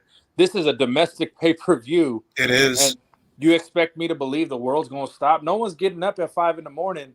Well, no. They used this fight as a power play in the UK, and I do think it was a smart strategy. I think they are going to get some subscribers at least for that month or at least the next 30 days because in the UK it's not a pay-per-view. All you got to do is subscribe to DAZN, and it's a part of the regular package. So, it's not a bad play. Like, they might get some subscribers off of that. Might. But in America, I'm like, well, what's it really going to do? Is it going to do 1 million or not? Villain, is this fight going to do 1 million? I don't think so. I think it'll probably honestly do about 500,000. Because I was out last night with the wife, and I was talking to some guys. You could tell we were like a Buffalo Wild Wings, and I asked them if they were going to watch the fight. You could tell they were casual. They were watching MMA, and as soon as I said anything about that specific fight, they actually said yeah, they were interested. So I think it'll do 500,000, maybe 700,000 tops, but I'm saying probably closer to 500,000 because the casuals at my job, I always gauge everything off of that because they don't know shit about boxing until I bring up Canelo or Nail Polish Ryan or Tank. Then they shoot a wad in their pants. So those guys know about it. They'll probably buy it. So 500,000. Let me go to Leo. I want to ask Leo the Hrgovic question. Leo, you saw the fight yesterday. Joe Joyce performed poorly. Has this in any way, shape, or form changed your opinion on Philippe based on, who did it better with Zhang? Nope. Absolutely not. I think Hrgovic has a fundamental issue. I'm talking about boxing fundamentals. And the way he has been so successful, I think it has a lot to do with the stage of his fights, more or less, because I said this before, I want to say again, there is a lot of things that Filip Hrgovic gets away in most of his fights, and the Silek Sam fight, he didn't get away with it, and he didn't perform. Would you pick Hrgovic to beat Joe Joyce? Nope. Who on the panel would pick Filip Hrgovic to beat Joe Joyce? I would. Who's that? Who was it? It's Drew. I'd pick him. I'd never been high on motherfucking. I'd pick him. Joyce. These motherfuckers had the nerve to say, after beating Parquier, who Parquier ain't shit, but a fucking drug dealer fighting to wash his money, they thought he was really going to beat Usyk, beat AJ, beat all these, like he's just some fucking boogeyman. No. Hrgovic got enough fundamentals to fucking counter Joe. You say that confidently. You'd pick Hrgovic to beat Joe Joyce. I'd pick Hrgovic to beat him unanimously. Ooh. What's especially the Hrgovic that's pissed off right now as well. Oh, Michael, you pick him too. Yes, it would be easy. Oh wow, hot takes. So Wob, I you feel would. you'd pick him?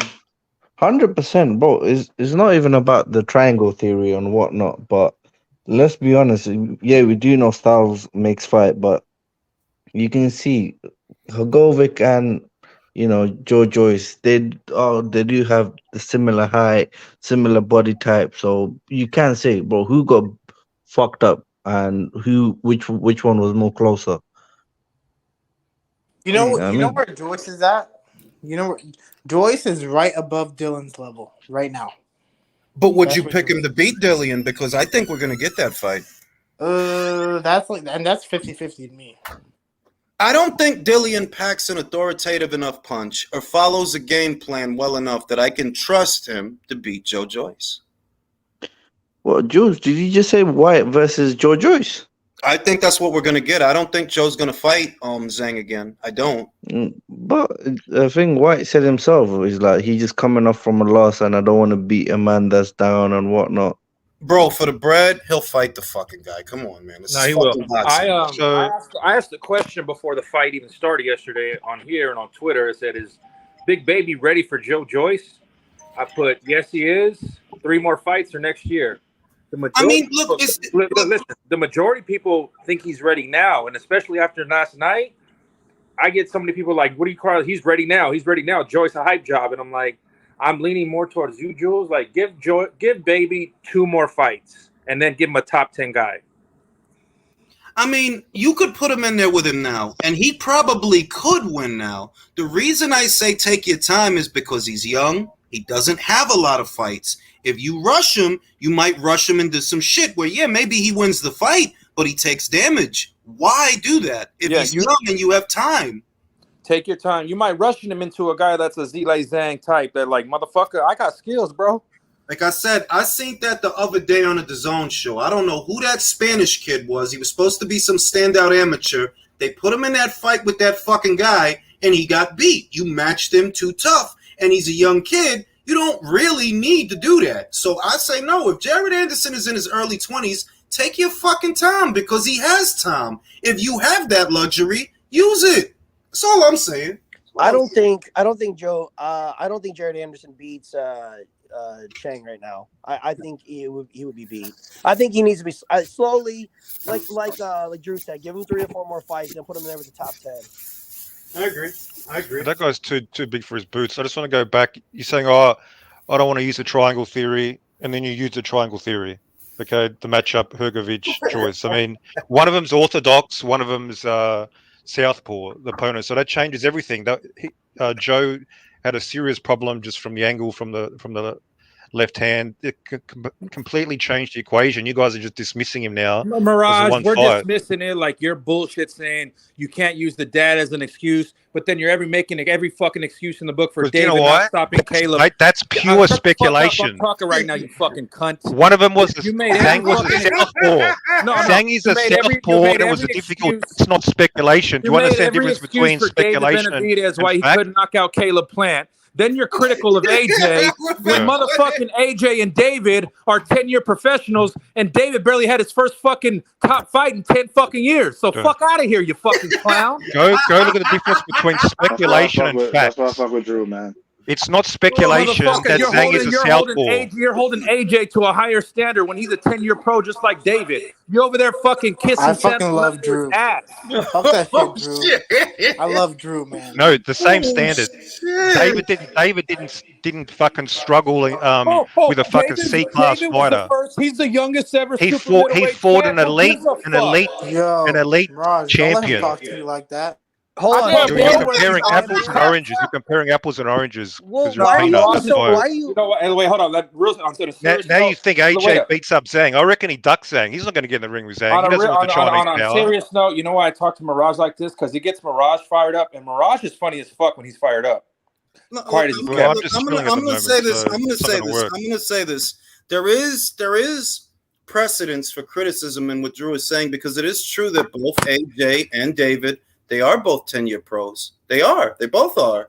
And you could argue because David said it himself. He's been in boxing gyms since he was a fucking kid. Whereas AJ is actually a late starter in the sport. David was probably boxing before AJ, but AJ has accomplished more in every department. The only thing you could give David is that, well, you know, you still are an unbeaten fighter, but could that be because you don't fight shit? Hang on, David's a 2-time champion. You're just dismissing that? Not fighting shit. He don't Of not fight fighting shit. Of not fighting. Yeah, you a 2-time champion. We're critical. Listen, wait a minute. You were in a loaded. We're comparing AJ the and super middleweight division. The super middleweight division has never had a shortage of talent. The last, I'll say, 7 to 8 years. You had Badu Jack. You had James DeGale. You had Zurdo Ramirez. You had Jose Uzcategui. You had Caleb Plant. You're just now fighting Caleb Plant. You had Zurdo Ramirez. You had George Groves. You had Callum Smith. You had a lot of guys at that weight. And in the last 7 years, he's fought one. One. Okay. All those What's AJ done? AJ's batting 50% in the last 4 years. Bro, AJ unified his division and became a cash cow. What did David do? And then he got knocked the fuck out by a fat boy. It is what it is. When you fight good, bro, when you fight good fighters, this is boxing. No, Andy Ruiz is elite. Andy Ruiz is better. Andy's not a good fighter, but David Lemieux is. No, I'm telling you, Caleb Plant and fucking Anthony Durrell. Knocked out Caleb Plant. David didn't. David beat the fuck Andy out of him. Ruiz is a fucking better fighter than Caleb Plant. The fuck out of here. Get the fuck out of here. You can't even fucking... I'd rather fight David Lemieux 7 days out of 7 than fight Fat Andy. Fuck is you talking about? Oh, Andy's the fucking man now. Okay. Not fighting that fat fucking guy. He's fat. This guy went on a cast on rant. He's fat. Dude, I don't even care about this comparison to even bother, man. I don't care. The main thing is that David ain't shit, and he's never going to be shit, and you're going to see. He's never going to be shit. I'm telling you. No, the whole comparison is... I'm going to be around for a while, Jules, so we're going to see. We're going to see who's going to be shit. And I'm telling you, he's never going to be shit, ever. And the whole other comparison... than a 2-time world champion already, other than that? It's a lot of those. You know what I mean? You can make the comparison where Mirage is trying to be obtuse. You can make the comparison. What have these 3 guys done in 10 years? They all became pro in 2013. Tank Davis, David Benavidez, Anthony Joshua. What have they all done in 10 years? Yeah. How long? Hey, Terence Crawford's been a professional for 15 years, hasn't he? And what's his best win? Undisputed 3 divisions. We want to talk about that. Let's fucking go. Why do you always go with Crawford? 15 years, baby. 15. Terence Crawford sold more pay-per-views than David Benavidez. That is true. What? In how many attempts? You always switch how many attempts? Listen, that's not me making shit up. There are 2 ballparks out there for David and Terence. There are. Terence's ballpark is, in fact, way bigger than David Benavidez. Also, Terence was undisputed. Okay, wait a minute. Is Terence a 3-division champion, undisputed 2-time ring, and he lineal champ? Like, come on. Yeah. David, I'm telling you. He beat better guys than fucking David will never be an undisputed or even a unified champion. He's not even going to be that.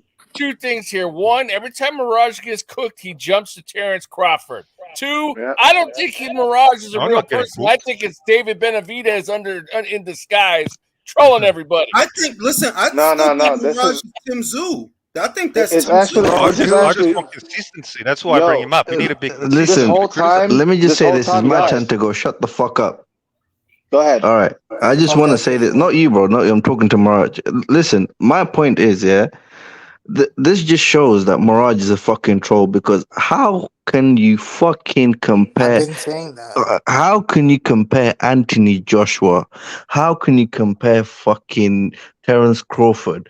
The most achieved boxers in the fucking world, bro. You're comparing it to this fucking bum cokehead motherfucker who lost his belts twice on the scale. Why is he a 2-time? Hold on, bro. Hold on. Why is he a 2-time world champion?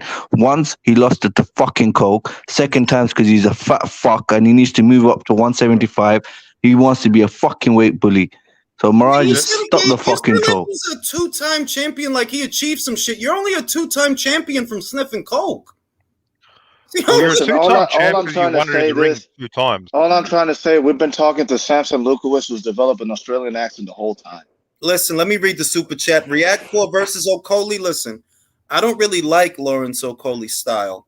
I actually rather watch Richard Reactpour 7 days out of 7 because he knocks people out and they're clear shots. He doesn't smother. He doesn't spoil. He just fights. But being real, right now, I would pick Lawrence because he has an ugly style that nobody likes, but he gets away with it. You know, he'll spoil, he'll smother, he'll win boring, but he'll win. So I would favor Lawrence to win that fight. I agree. And they don't even. Here's the thing: they don't even want that Canelo fight yet. Sampson's on video just last week saying David wanted the plant fight 4 years ago for unification. I told him no, we need to marinate. They want to do the same thing with Canelo. They want to get Canelo to get a little older, 2 more years, and then fight him. So what the fuck you talking about, Mirage? I've been saying that, like, yo, Samson is a snake oil salesman, and he fooled Mirage, and I'm trying to save Mirage, but he don't want to be saved. You want to believe swing from his man cheese, man. You don't care about nothing else. That's all he ever does, man. I mean, God damn. Dude, he will fight. He will argue about. I'm telling you, man. He will argue about David Benavidez until he's dead. They'll open the coffin and he'll start arguing again. It's that way, man. Hand says not only AJ unified his division, but he fought more top 10 fighters in his division. The fuck did David do? He sniffed some coke, then they let him win the belt that he lost again. That's all he did. The WBC did him a favor, like, okay, a little bit of coke, it's okay, and here's the belt again. Listen, Mirage. This is where we gotta hold. Wait, let me just say Go this. ahead, bro. Sorry, bro. Let me just say this. Mirage, listen, if you want to fuck David Benavidez, just go to him, bro. I'm sure he'll do something for you. No, he's not Zerto Ramirez, y'all.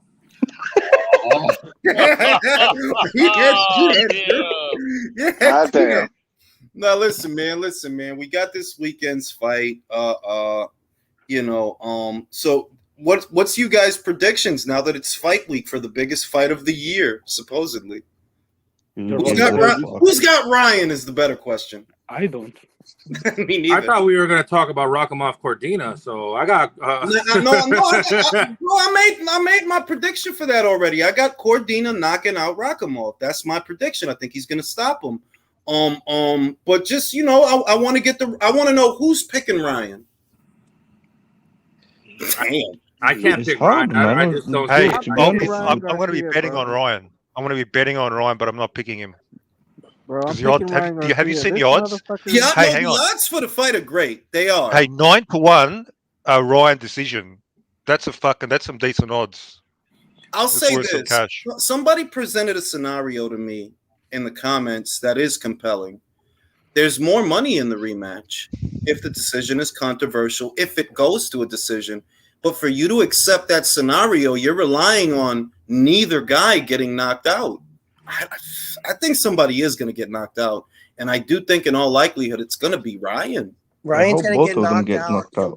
And the money's in the rematch, but it's for Tank to lose, and then it's on DAZN. Well, did they agree to that though? Because that was the sticking point. No. I remember. Look, I know that Javante's the only one that has a rematch clause, but. Can they do the fight on DAZN if he loses, or is it going to be on Showtime again? Because I would think that they put that into the contract and no, it has to be on Showtime. I mean, it already is on the zone in some way. It is, but you know what I'm thinking, Jules? The way some of these small-time promoters are moving, DeBella's got his show on DAZN, a couple other guys. I think they're just waiting to see if they throw Heyman a few dollars, and Heyman's going to say, fuck you, Espinosa, we're going over there now. Well, that's the other thing, and I don't want to jump to conclusions, but beyond this year, or I should say into next year, this much we know. They have a 2-year grace period, roughly. A year, not really 2 years. Really, it's just over a year to, make things happen, yada, yada, yada. But who actually thinks that this time next year, Showtime's still going to be in boxing? So, and that was the public thing. They basically, here's the thing. They got till every end of every fiscal quarter to reassess. Okay, this is your budget for the next quarter. So it's on a quarter by quarter deadline for about a year and a half. Yeah. Don't bullshit me then. Do you think Showtime's going to leave boxing? I think they are. I think they'll look at what they're doing with Bellator. Bellator ain't doing shit. That's Bellator's, true. Bellator's sitting on the shelf. Konaki's going over there. That's true. Salita Promotions over there. Lou DiBella, Samson, and a couple other guys are trying to pitch some stuff over there. So wait, Joe. Did you say DiBella who said that DAZN is an app?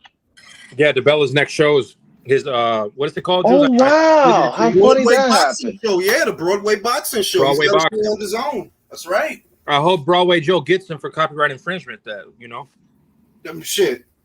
But that is true. I didn't take account of that. That DiBella's over there. Salita seems to be working with DAZN. He does because two of his fighters, Jermaine Franklin is a Salita Promotions fighter. Clarissa Shields is a Salita Promotions fighter. They're fighting on DAZN. So, yeah, I mean, maybe they do leave boxing. I'm not. Look, I'll say this. I'm not preying on their downfall. It's just that it's hard from an executive perspective. If you're one of the higher ups at Showtime or worse, if you're one of the higher ups at Paramount, you look at that programming and you might ask yourself, yo, why are we still spending money on this? We don't need this. We could put reruns of Weeds and fucking get more ratings than this. Check it out, Jules. There's a reason no Spence fight, no Thurman, no Danny Garcia, no Lara, no Charlos. I mean, let's really call what the fuck's going on. None of their 7-figure fighters are fighting unless it's pay-per-view. Yeah. And like you said, budget. They have no annual budget. That's what it looks, or it's really small. Yeah, I'm cautiously optimistic they'll be around. I don't know. It's like I said, if I'm Bob Backish, not that I think Bob Backish micromanages, I don't think he does. I think he has other people doing that. But just if you looked at it, take away the fact that you're a boxing fan for a second and just look at what the numbers are for the shows. You're talking about a little over 100,000 views for a premium cable network. If you use your brain, you say, yo, we could put reruns of Mad Men or some shit. We could put fucking Weeds. Yellow Jackets, reruns of that in this same time slot, and we would literally get more views than what we're getting from this. So, and in that we're doing reruns. There's no money going out. Exactly, Julius. It would be Sean McManus, who's the chairman of CBS Sports, that would make that decision. So he's a step below Bob Backish. Good, Leo. Do you think the Caleb Plant versus David Benavides made any profit to Showtime? Yes, because I think they spent. I think it made a profit because it didn't cost anything. That's why I think it made a profit. Okay, but how much of a profit? Not much. But like, what are we talking about? 2-3 million? No, Leo. I'll put it this way. If I had to guess, they're in the black, but they're in the black not by much. Maybe by, I don't know, a little over $1 million. It doesn't worth it. No, it's not. You know why, Leo? Because it's not about a quick profit. Paramount is in the business of subscribers. That's a one night, like Dana and Nick Khan said, that's a one night going out of business sale, and nobody's subscribed. No one's coming back. This is the thing. You're looking at it from the perspective of the people that are spending the money to do the show. That's not how Showtime looks at it. How Showtime looks at it is on an extended period to say, is showing this drumming up subscriptions?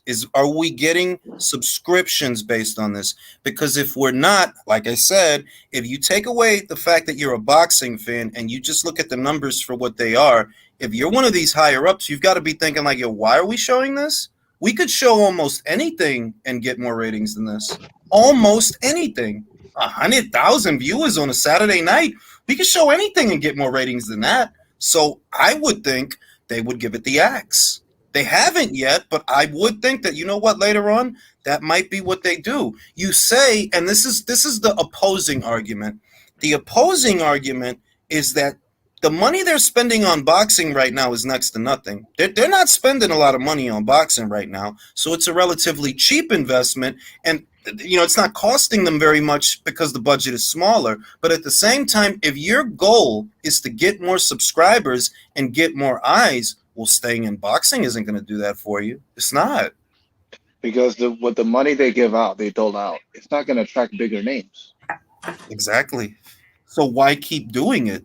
That's where I'm coming at it from. That if you're these guys, these higher ups that are above Stefan Espinoza, you could put almost anything in that time slot and get more ratings than that. Dog, you're getting beat out by the Oxygen Channel. That's fucking ridiculous. Case in point, here's what's crazy. The last week, the Fundora, there was 3 boxing cards and a UFC pay-per-view, UFC prelims. The UFC prelim card did the #1 slot on cable. Guess what show did #4? Which? Shakur.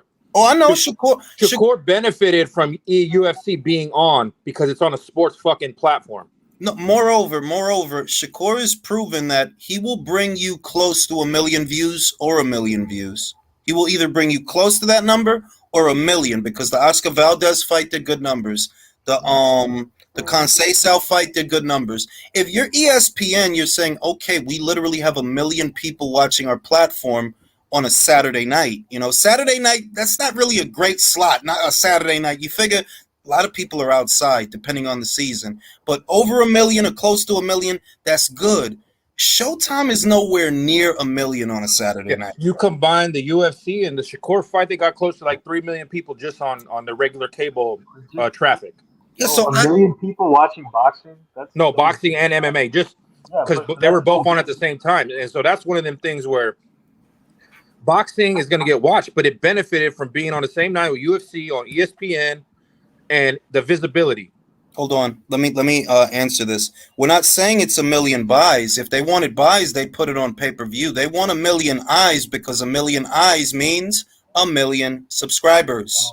1 million views. And here's the thing. It doesn't even mean that, fellas. It means ad revenue for the fucking commercials. They want the stuff on their regular platform. They don't want to put shit behind a paywall. Advertisers don't want to buy shit. That's the other thing, that for ESPN, if you know you have 1 million people, right? You know that you could get 1 million people to watch your platform on a Saturday night. That will entice the companies to invest money in ads. So it's synergy. That look, people watch our channel on a Saturday. It ain't abysmal. It ain't just 100,000. We have 1 million homes watching our platform on a Saturday. That's good. But if you're Showtime, you got 100,000 maybe watching Fundora. 100,000. For that, you might as well put weeds on, bro. What was that shit? Yellow Jackets? Put on Yellow Jackets, bro, because you'll probably get more views with that, and you won't have to pay anything out because they're fucking reruns. The production costs already paid anyway. You could put reruns of the lesbian show L Word with Pam Grier, and me and Jules will watch it. Yeah, I'll watch her big old titties. Shit, you think I won't? Shit. That's the point I'm making. If smaller promotions getting on his own, if that means that, if PBC goes away but smaller promotions are able to get slots on the zone, that's actually good for life. So fuck PBC. Julio, I can't hear you, bro. It sounds like you far away.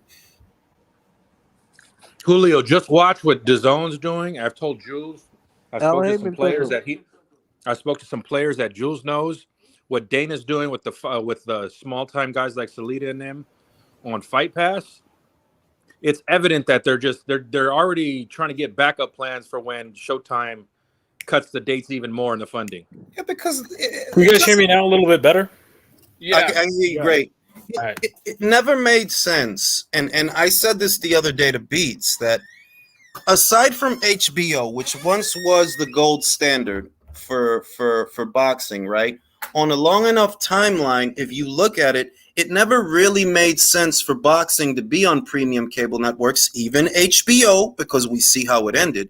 It never made sense because premium cable networks are not accessible to everyone. The ideal place for sports is terrestrial networks like Fox and ABC, NBC, WPIX in New York, WWOR. That's really where sports belong because you get the most access to the biggest audience. As soon as boxing shifted over to premium cable networks, just like Nick Khan said, yeah, the audience got smaller because not everybody had them. In the 80s, you did have to be from a middle-class family to have cable unless somebody in the family was selling drugs. Wink, wink. Yeah, a lot of motherfuckers didn't have cable. unless you were selling drugs or unless you were stealing cable. In the 80s and the early 90s, boxing literally used to be a mainstream sport, and boxing ending up on premium cable networks is literally a big part of the reason why it got smaller. Yeah, what I was gonna say is that because you guys couldn't hear me, was that like if smaller promoters getting slots on the zone means that PBC has to go away, that's actually a really good thing for boxing. But I feel like you guys covered that. Yeah, so boxing, but all sports really, I think, not just boxing, all sports, they need to be immediately accessible to the common man because the common man is the one that consumes them the most. Bro, we never had HBO. We just bought the pay-per-view. Yeah, it's a one-night thing. The way they're doing things, or if you had the black box. I had the black box growing up. We had a setup. I remember there was a setup we used in the 80s, the late 80s and the early 90s, to where you go to the roof and you attach a wire. That's what I remember.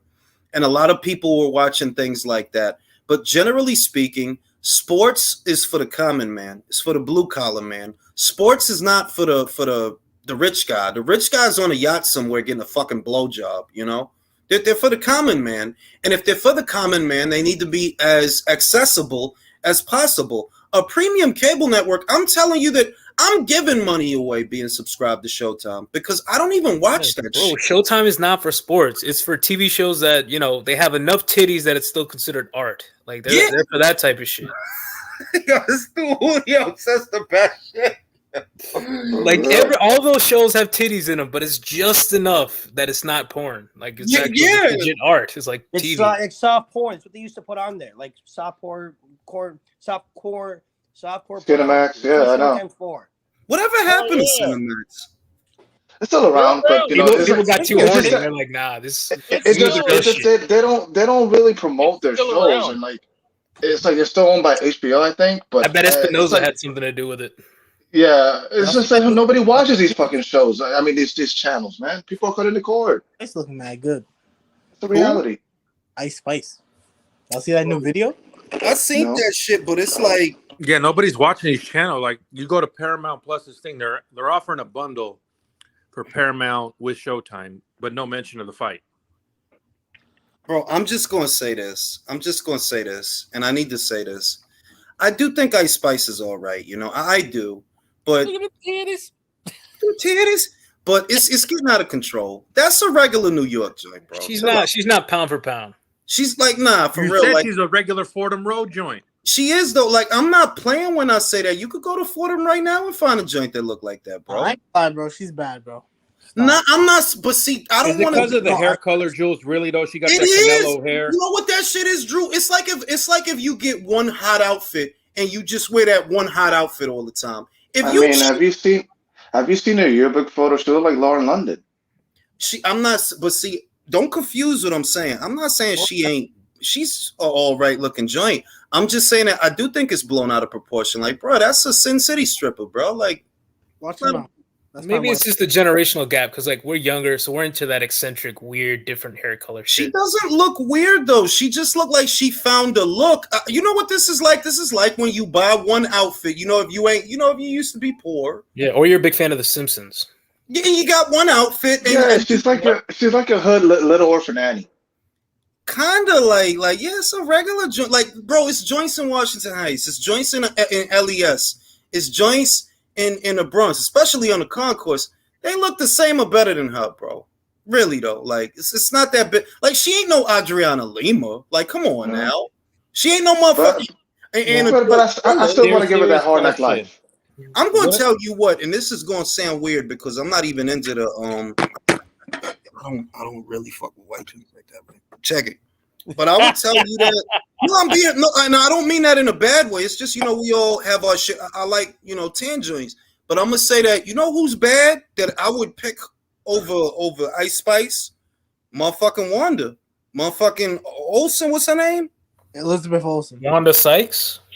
Yeah, hell, I love I agree with Oh, Jules, man. but I guarantee you this: you drop Jules in Australia, he's gonna change his mind on them white girls. no. I can see that Australian joints. Sweden's where you'll find all the. Hey, Australian There are joints. white girls that are built like Australia is the Brazil of Caucasian people. yes. They're like white girls. That's Sweden. No, all them joints is bad, and they could fight, and they athletic as fuck, and they could probably outdrink you because I heard they drink a lot of beer in Australia, bro. Now, I got a question for all y'all. What are the odds Tank Davis comes out Mexican style gear like an idiot this Saturday? Nah, he's not stupid because you can't do that. Ryan is supposed to be I know he's not, but you know what I mean, right? Like he's done it before, and Floyd done it when they fight Mexican guys. Like yeah, but they do that when they fight nondescript guys. You can't do especially not in this day and age, bro. All this outrage culture about we need representation. You got John Leguizamo bitch ass complaining because like meanwhile this motherfucker did Yellowface in The Pest. That's why I don't like him. I hate virtue signaling. Bro, how you gonna drink coffee like an hour before you go to bed? Bro, he's just telling you we're Dominican. I'm Dominican. You know why, does Dylan? that shit too. You know why? Because he's gonna release because he's grabbing ass after this. I am, but no, I'm Dominican. I can't sleep without my coffee, and it's weird because I can't wake up without my coffee. My wife's same way. It'll be like, well, before we go to bed, she'll go to bed. Oh, Latino She'll people. drink That's coffee. Latino What are you people. doing? You're about to go to bed. It's weird, bro. It's like the tits and ass thing. I grew up in an era where the average guy was a titty guy, but I was always an ass guy. I'm not like these new people. I always thought ass is better than titties. Jules, it's because of your sacrifices that we're here. Like your generation had to go through it, and we thank you for that. I'm now able to like enjoy ass out in the open and not be weird. I call my girl all the time. She be trying to do shit. She flash me her titties. I'm like, turn around. Yeah. You ever seen a really clean butthole? That shit is impressive. It's just like, when she's putting on some fresh fucking pants, I'm like, oh shit. I'm like ass, man, ass and hips. You know what I'm saying? And we died so that y'all would be able to appreciate that. We grew up watching Selena do the washing machine, y'all. Bro, that's what I'm saying. That like Selena, for example, what I loved about who remember the purple suit with the thigh pants? Yeah, she had no tits. No, and I didn't care, bro. Like, the fuck about no titties? That's obviously I ain't worried about no goddamn titties, bro. Ass, bro. Like, shit. It's different, bro. Like, you know what I mean? And yeah, Spanish people drink a lot of coffee, bro. I don't know why we do it, but we do it. I don't know why. We know Villain is an ass man too. Villain's an ass man. I know. You know I am. You know I am. I compliment my wife's ass all the time. Well, you're in Omaha, so I know there's some nice country farm girls out there. I'm trying to tell you that ass is more versatile than titties. And we talked about this, that look, you could cup a titty, you could suck a titty, and you could fuck a titty. But the lower half is more versatile. It's pound for pound. It got a good jab, good right hand, good uppercut, good hook. All the good shit is below the equator. All the good shit. All the fun shit. Titties, it's like the appetizer. What do you think Tyson Fury is? I think he really likes men. I think he likes guys, bro. To be I've real. never heard a man talk about other men's penises more than Tyson Fury. Yeah, like I think he just got his girl to have babies, and that's it. And that's his prerogative, that like it's his life. He can do what he wants, but I don't think he like that old fastest. I don't think he like that old fastest. He don't like. Oh yeah, I don't think he's equipped for fat asses. That's the other shit that you know what I mean. Like fat old ass. It's a reason that you're gonna look at a fat like ooh because and you imagine it and you know who you are. You know what you got. So you know what I mean. I don't really like skinny joints, but there's joints that you got to make an exception. Like I'll say that Enjoy Taylor. That lady is pretty, man. I know Jules is skinny type. It's Thug Rose, Alexa Grasso. Yeah, but skinny joints. But you know what makes those at least to me, what makes them appealing is they don't look like anybody. They're very unique looking in their own way. Yeah, like Alexa Grasso. What's dope about her is she look good, but she don't try. She ain't out here thirst trapping and none of that shit. She just being regular old Lex Grassoing, and that's it. And she chilling. You know what I'm saying? Rose don't gotta do nothing, bro. She just oozes the I don't know what it is, B, but she got that shit. She got a lot of that shit. I dig it. She looks like a meerkat, kind of. I dig it. But it's the buzz cut too, huh? The hairstyle. Can I say it's doper than it's like it's a lot of joints, and they really think because these dudes that don't get no ass will give them all the compliments in the world that just because they showing like some side boob or some thigh, like nah, that's right. I guess that's the thing to Rose is that she goes out of her way not to look that way. Like she goes out of her way. Billie Eilish is bad. Billie Eilish is bad without trying, without doing nothing. Because and it's funny seeing that on boxing Twitter, the dudes that just any little picture, I'm like, bro, y'all really don't be getting no play, bro. You could tell all a joint got to do is post a little bit of something. Just you the beautiful, like yo, shut the fuck up, bro. And I love when the women clap back. Like, don't get on Sinisia's bad side on there. No, your ass. No, but what I'm saying is, it's like yo, dog, like. For flirting with some person online that is in a completely different state than you, go flirt with your neighbor. Go flirt with the cashier. Go like why you? Yeah, girl. Like yo, you a cornball. Fuck out of here. And that's why like now, anywhere you look, it's a joint online posting her flesh, and that shit is like that shit is unattractive. It's kind of like the tattoo thing that put me off tattoos when I was young. It's a turn off when you try so hard. Yeah, like everybody got them. See, now I don't want one. Why? Because everybody got one. It's like Michael Kors. Michael Kors was the shit, and then everybody on the block are like, I don't want that shit now. Because all these motherfuckers got the same jacket, same big collar shit. I don't want that shit now. I'm gonna go get me a flight jacket. Fuck y'all with the orange insides. Fuck y'all. I ain't out here trying to look like Columbo. Y'all all trying to look like Columbo with the big lapel. Fuck out of here, B. Hey, Jules, Polo wants you to drop the link for him, man. Is that why you picked Pele over Averex leathers? Nah, I didn't like either, to be honest. I thought Averex was grossly overpriced, but the brand that I had in my house was Pele. If it wasn't, because when the Averex made their way to California, I'm not paying. I mean, we boosted them because I wasn't paying $500 for no fucking leather coat, B. It just wasn't. No, see, the shit was. I always liked it a classic look. So if I'm gonna have a leather jacket, I don't want all that shit on it, bro. Remember, Aves was all colorful and shit, like mad different. Like I don't want all that shit. I want big ass branding. It might be all black, but then you got a yellow ass A on the back. I got a fucking moto jacket in that closet, right? It's a motorcycle jacket. You could put the armor shit so that because that's really what motorcycle jackets are for. So you could put the armor in it that if you ever fall off, you won't get road rash, yada, yada, yada. I got a motorcycle jacket in there, right? 5 years old. You can't put a knife through this shit. I swear to God. You can't put a knife through it. You won't get through it. And it's a basic jacket. It's the cut that I like. It's how it fit. You see what I mean? It ain't, because it say Averex. I don't like nothing that puts a huge logo on me, unless it's a superhero logo, because I just bought a new Batman t-shirt. But other than, I don't like big logos and shit on me, bro. If I was in New York at that time, I'd rather pay. Head logo. Say it again, Alex. You remember Shot? SCHOTT Shot, and it had the Indian head logo. Came out right around Averex. I think I remember that. Remember Shot? I think I remember that.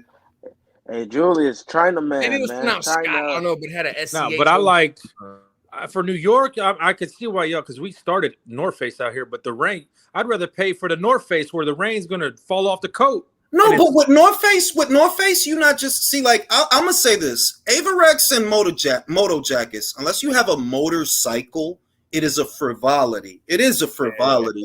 Whereas there's a functionality to North Face exclusive to New York. They're like, yo, dog, if you out here, it get cold, fam. Yeah, you do need a good coat because it do get cold. So there's a functionality that North Face and in my day, First Down also that a moto jacket would never have. Like, bro, unless you have a motorcycle, why the fuck do you have a moto jacket? It don't make sense. But it gets you a triple fat goose. But you gonna need that triple fat goose in December, in January. You gonna need that. Because remember when then Timberland partnered with North Face and got the Gore-Tex on their boots. Yep. Yeah. But Timberland also, I'm gonna say, like, in reality, Timberlands are a frivolity. And I have several pairs, but they are a frivolity. Like, bro, what you need with Timberlands though? Like, what you need with them for? Like, you can't actually work in them; they're too expensive. That's what I'm like. They're Yo, foreman they went boots. up. They went up. They're like $230 now. The Timberlands. Those were the foreman. Those were the foreman boots. Foreman ain't doing no work. Exactly. He walking around telling you what to do. You know what I mean? So I'm gonna say that the best boots that I would recommend, or at least when I was young, the boots that I would have recommended to anybody was Nike boots. I'm telling you, you could kick the shit out of somebody and feel light as a fucking feather, bro. The heel was thick, it don't wear down, and you could run fast in a motherfucker. You can assault someone very efficiently with them, right? Honestly, Nike boots? Nike boots, bro. ACGs. I haven't bought them in about, I'm going to say I haven't bought them since I've been out here, now that I think about it, because it doesn't really get that cold here. Well, I'll put it this way. It hasn't gotten cold the last couple of years. When I first got down here, there was a blizzard. But it's like, yo, I didn't need them shits. Whereas back home, yeah, you need them shits, bro. It get fucking cold outside, bro. You gonna be outside. Where you're at, if it blizzard and snow, they got a better like snow hiking boot for stuff like your terrain, right? It's more like here it's almost unpredictable because the first year I got down here, the median temperature in the winter was about 60 degrees. But the following winter, there was a huge fucking blizzard, bro. Ridiculous. After that, the winters have been not cold, not very cold. Now, last year, there was a blizzard, but it only lasted a couple of days, and it knocked out all the power to the area. But still, it's not what you get in New York. When you're in New York, once it gets cold, it stays cold. It's not going to get hot. It's going to stay cold. Hey, Jules, they got some pretty cool colors on those ACGs, man. They're like, I'm telling you, them shits is mean. Like they pricey. $230, man. Damn. But I'll tell you what, if you're not paying for bullshit with those, like them shits is gonna last. Like if you buy them shits is gonna last. I'm talking about at least 3-4 winters. Yeah, they gonna last. Dude, so these white ones almost look like a tennis shoe, a high top tennis shoe almost. Trying to tell you, Caesar says, bro, these lives always go haywire, just like Danny on the boxing voice. Always the other shit that ain't boxing, bro. Let's keep it boxing. You guys sound like cheese moss. We are a bunch of cheese mossas, bro. Hey, what you think this is, bro? What you thought you was watching, bro? We a bunch of gossip girls out here, bro. We gossiping out here, bro. Hey, this is what happens when real objective fans get together. We talk about other shit too. Can I just say, Julius, I gotta go though. Big Polo's redeemed himself. Hold on, Polo ain't get the chance to talk. Polo, go ahead. Man, the China man, shout out China man. They went to the UK. He planted his flag. He said, "I'm the next heavyweight, and I'm the face of the heavyweight." Hey, man, Kung Pao, bro. I'm telling you. Bro, I celebrate. The curious thing with Zhang is that, and a lot of people have been saying it over the weekend, that if he could really get China behind him, bro, we're looking at some. And bro, did you see how calm he looked in his entrance? He came in with "We Will Rock You" by the bro. He would look smiling. When I saw those eyes, I'm like, yo, this motherfucker's gonna fuck shit up. Like how was Sunday with Hergovich when you see in that interview? I'm like, dude, Frank Warren pissed both of them off because they're like, oh, you want to use this as we're gonna fuck your fighters up. Like, bro, they better keep the wall. No, I mean, look, this is the other thing that Frank well, I'm gonna say this. This is another extension of the Joshua shit that the people that pretend that they're fans of Frank Warren shows, and I'm not a hater. I actually like Frank. I think he's funny or whatever. Yeah, he's funny. His shows suck, bro. But a lot of his shows is like just a lot of them shits is like, bro, I don't even know who you got. Like, I know you got Fury, Yard, Raven, who's my favorite. Raven is my favorite fighter that he got, and I wish she wasn't over there, because if she wasn't over there, I wouldn't have to watch his shows. But since she over there, I got to watch his shows. But Raven is literally my favorite Queensberry fighter. Other than that, I don't really fuck with his guys like that. I don't like Fury like that. Denzel Bentley? No, I mean, he's okay, but bro, we Hamza gotta be realistic. Okay, now Polo, you picked that one. I'm proud of you. Are you picking Ryan Saturday? Yeah, we gotta redeem. Yo, Polo, yeah, I need Polo. Who's winning on Saturday? The fans. Here's the thing, bro. I hate when Polo does that. Here's the thing. No. I'm gonna tell you.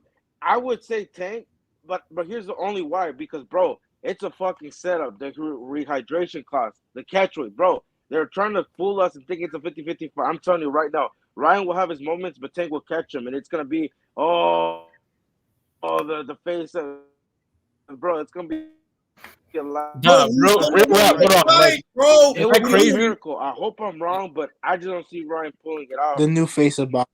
Am I crazy? But does Ryan look dry to y'all? Because like I don't know if he look dry, bro. He's shitting tan, but bro, he like, looks you could dry. tell it's a cash out because it's like, bro, he was about to throw up at the shit. I would have said, fuck. Y'all didn't see the shit last Bro, week. of course At the work, he was about to throw. He gagged and shit. Unless Ryan blows the catch with. Damn, bro, Al unless Heyman, Ryan blows away and says, fuck it, pulls a Zurdo. Bro, pulls a Zurdo. Yeah, bro, he's not looking good. And bro, I'm sorry. Yo, Ring. Joe Goosen has a history of getting He said he's only 3 pounds out already. in big fights, bro. Like, let me say this, Mirage. Dude, like, you notice just as much that as shit wasn't supposed to happen. Like, I don't know, bro. I'm telling you, bro, it's not looking good for Ryan. Like you notice just as much as I do, Mirage. Even if he makes the weight, that doesn't mean he's match fit. He can make the weight. Hey, I'll play devil's advocate, Jules. Yeah. You got to keep in mind his age, man. So at that age, you bounce back overnight way quicker than a cat. But do you trust him, Alex? Do you trust him? I mean, like I said, like I'm still open for what y'all saying. I get it, but I'm saying don't be surprised if he does show up. And there's no way this. I wouldn't be surprised. I mean, I'm picking Ryan actually. Fight's okay. I'm not gonna lie. Saying, don't be surprised. I would be surprised. I would be surprised. I'm telling you. He does have a path to victory. Like, look, Ryan does do a lot of shit. He basically does everything fundamentally wrong and gets away with it. Honestly, if you really want to be, you have him getting away with it on Saturday. Yeah, because look. Gervonta is a little better, but Gervonta ain't shit either. Like, come on now. It really is a 50-50. Julio, I think that what I've seen is going to be money. Julio, but from what I've seen out here and the guys at the gym and what they're actually saying is going on with Ryan, I can't pick him even because of that and the catch weight. But what's really going on? What have you heard? I made up. Listen, I'm hearing he's not training. Enlighten us. Jules heard the same thing I had because Jules has some of the same sources. I'm going to say this. One at a time. I'm going to say this. I didn't want to pick anybody because I don't want nobody thinking that I have a rooting interest in either one of these fucking scrubs. I don't care who wins, but just logistics. Davis knockout. That's the rational pick. But what have you heard then? I'm curious. I heard he's struggling to make the weight, and he plans. What I heard, he's struggling to make the weight, and he plans on blowing it. That's what I heard. That's true, but I don't think that'll. He would. I don't think that'll help him. That's just a rumor. Like I'm just telling y'all the same rumor that I heard. I heard he plans on blowing the weight. Bro, you could tell, bro. Also, he trains at home, and he only trains with Joe Goosen 3 days. Yo, Julius, I feel bad for anybody that actually thinks Ryan. Like, here's the thing, bro. It's boxing. Anything could happen. I'm telling you, bro. It's not looking good. Like, when you look at upsets, like example, Zhang, other upsets. Yeah, but you could tell they have a. What about all the shit that Tank does wrong, though? Let me say this with Zhang. Even though it was dope, right? I think everybody on the panel felt, Zhang can hurt Joe. What I thought was going to happen, and I said it many times, I think he's going to drop Joe. I think he's going to drop him, but I think Joe's going to get up and beat him. I thought Joe was going to struggle. It happens, but here's the thing. Here's the thing with that fight. Hold on. It was a betting upset. The bookies had Joe a huge favorite. It was an upset, but for like us that actually watch, it was a 50-50 fight. Yeah, that's what I meant. That's what Julius, it was an upset because I think he was a 9-1 underdog, right? Yeah, he was an underdog. 11-1. And the home cooking was already on the fucking cards, like you said. Bro, that's the thing, Julius. And also, people looked into it, but Zhang had a bad performance versus Jerry Flores and versus this guy. But I'm like, bro, we got to stop doing that because one performance. Because, bro, if Zhang had a bad performance, then what the fuck was against Joyce? Like, bro, he came in that fight motivated. That's what I'm saying, bro. Like, we can't write certain guys up like we're Govich. I'm telling you, man. That's why, man. I'm not writing them off at all. The conclusion. No, I'm not saying you are. I'm not saying you are. I'm just saying that's. Let me say this: the conclusion I've come to is that Zhang, Joyce, and Hrgovic are all on the same level. They're all Olympians. They're not bums. None of them. None of them. No, none of these guys. It's just these guys ain't bums. It's just that look, Joe he could get away with that shit with a lot of people. Like, don't get it twisted. He'll still bro, fuck up a lot of people doing that same shit. But not with Zane, you know. I think he can give Wilder some issues because here's the thing. Bro, let's not talk about Wilder. Wilder's not Wilder's not relevant. His eye was fucked up. He probably Wilder's retired, bro. That's how I feel. That's honestly how I feel. He's retired. That dude is not going to fight none of these people, bro. Like, he not like the first shit everybody did on Saturday is start bringing up Wilder. Like, bro, Wilder ain't been fighting. I'm just saying, imagine. Wilder ain't been fighting people when he was in his prime. He's not going to start fighting people at 38 years old. Like, no. For real, bro. And Zhang is a bad style matchup. Also, there's no money in it. You know this guy. I'm not gonna say his name. He's the one that used to roast on the Ring IQ. I remember someone on here was like, "Yeah, let's make Bacoli versus Wilder." Who's gonna fucking watch that? Okay, let me say this.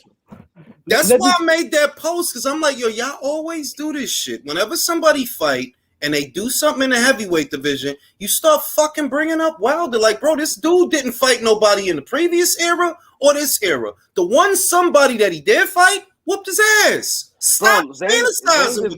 I want to know what y'all got, though. I want to know if y'all got Bobic or Rosansky. I'm gonna be real with you, bro. Rosansky hasn't fought in 2 years, and I get that. But Bobic is limited enough that it don't matter. You can still get caught. You've been caught by lesser guys than the guy you about to fight. You have. Like, the last 2 fights, didn't you see? Last 2 fights, he damn near got knocked out in the last 2 fights. Them guys, like, Rosansky ain't horrible, you know what I mean? Like, not horrible. Like, he's an unbeaten guy.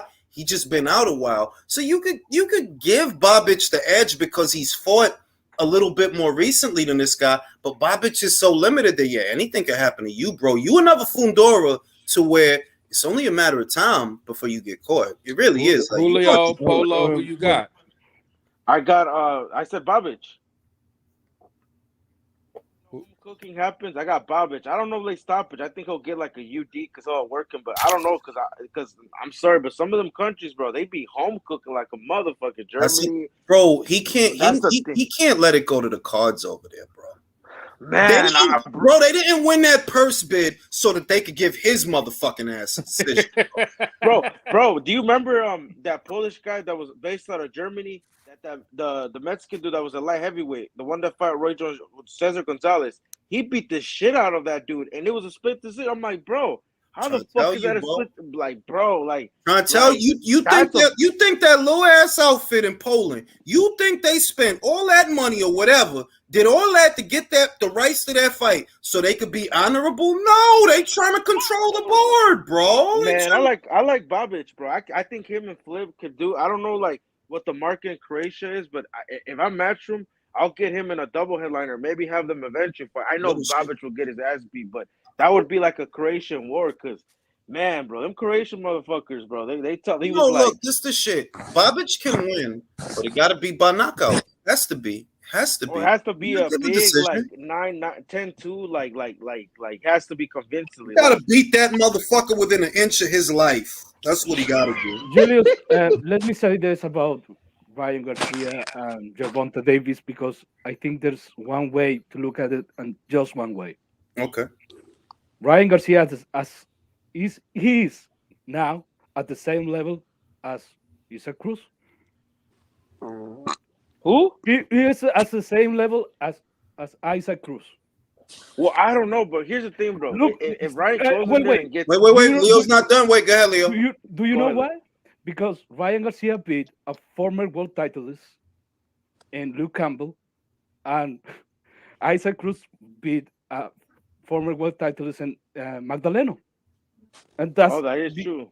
That's the only thing. And what shot did he stop Luke Campbell with? I'm sorry, just 1 second. What shot did he stop Luke Campbell with? With the body. A body shot. With the difference, Isaac Cruz actually walked the floor with Magdaleno. Oh, he did. He went, and also the thing, bro. I know triangle theories don't work, but we also gotta look at if Ryan goes in there and gets beat up like a beatdown like Wilder Fury 2. We gotta look at some shit, because it's like, bro, if you're this skillful and you went in there and fucking looked like that, I'm like, yo, the jigs might be up, bro. Like, if he says he got this amateur and he goes in there and Tank beats him bad, I know Tank, like, I don't really think highly of him, but I know he has somewhat skill. I'm just saying, but Ryan better show up what he claims to be. Bro, Because, listen, man, if Ryan gets his ass whooped, his pussy is gonna hurt, bro. bro, I'm telling you, I'm tired of this. Oh, that belt don't matter. I'm like, no, motherfucker. Like, I can't stand the kid. I think Pussy's gonna he's hurt, good bro. I'm for- just Yeah, but telling you. that entire premise is predicated on the fact that, well, Tank actually is this skilled guy that, like, you know, people hype up when he's also a fucking hype job too. So, like, let's not get carried away. Tank is a It's a bit better, 50-50 though. fight with two good contenders. Bro, Yes, Tank, but one of but yeah, Tank but is you better, can't. though.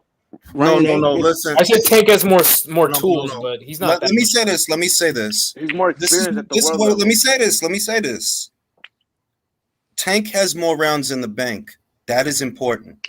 Ryan doesn't have as many rounds in the bank as Tank. That's very important. That means that Tank is gonna have a poise and a calmness that Ryan is not gonna have. He's not like you don't be out there. You don't even fight like that, bro. Like if you look at Ryan's schedule, that dude don't really fight like that. So you're gonna have anxious and nervous energy going out there on this big stage, and Javante is gonna be a little bit more centered than you. Like Yes. off of Yeah, plus- logic, off of logic and rounds in the bank, and then tack on all this weight stuff.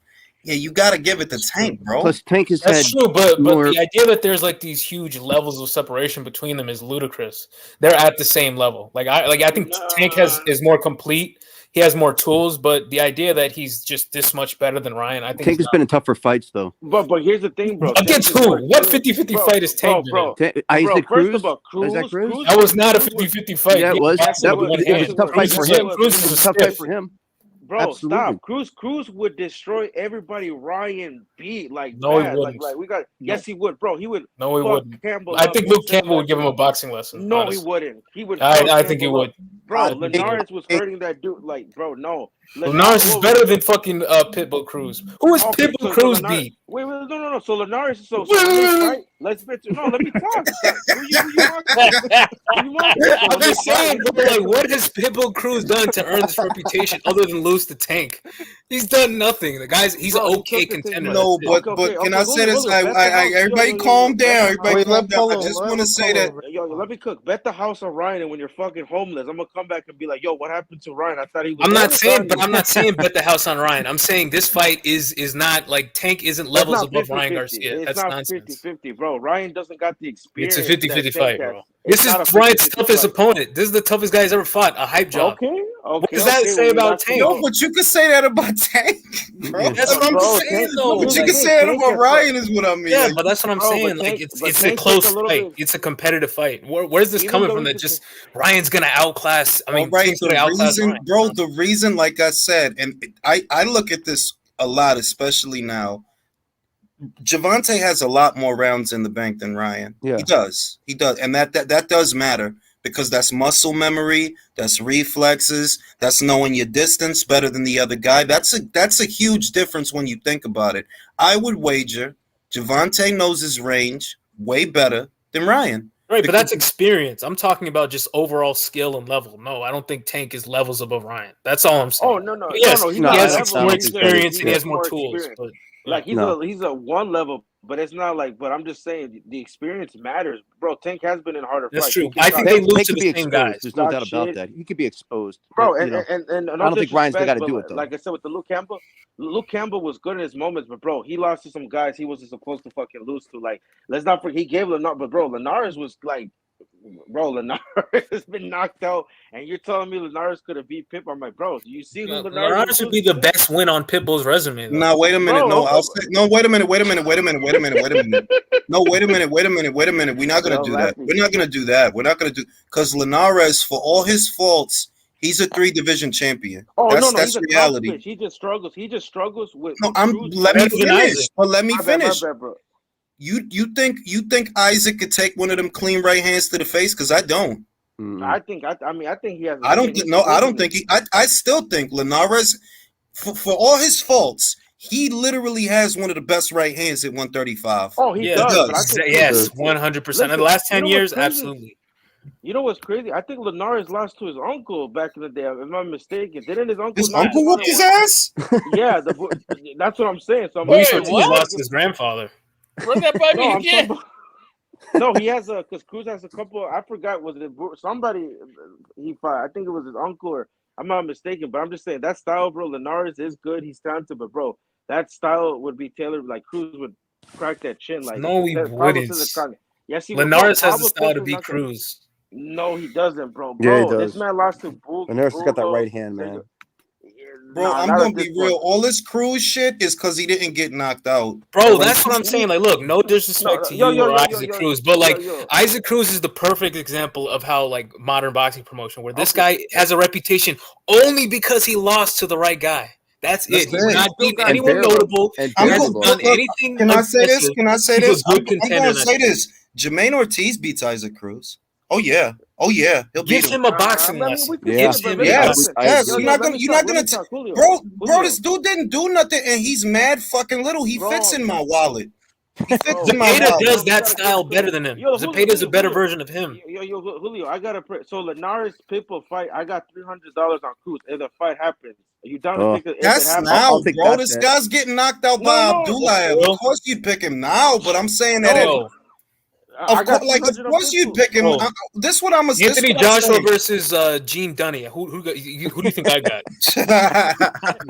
No, you say. I'm saying that. Take away. This is the reality of Isaac Cruz. If he was who you think he is, he would have fought Rivera. What he hit Rivera with the A-side bullshit. But you got time for Gamboa, but you have no time for Michelle Rivera. Well, here's you have time for Gamboa, but you have no time for Frank Martin. He didn't want to fight the Dominican kid, De Los Santos. You don't want to fight Shakur Stevenson or De Los Santos. Bro, that dude, like, nah, fam. He wants pure promotion. That's the only reason people talk about it. I'm not going to be another defeat, another tomato can to beat for Tank Davis. It turned out to be a good fight. Nobody expected that. Exactly. You know what? And the thing, bro. You know Cruz's next fight, that Gil Cabrera guy. That guy is no. Bro, that guy's a fucking nobody. Only you know who he is. That guy is a nobody. What they're doing with Isaac, the plan for Isaac. Bro, let me talk.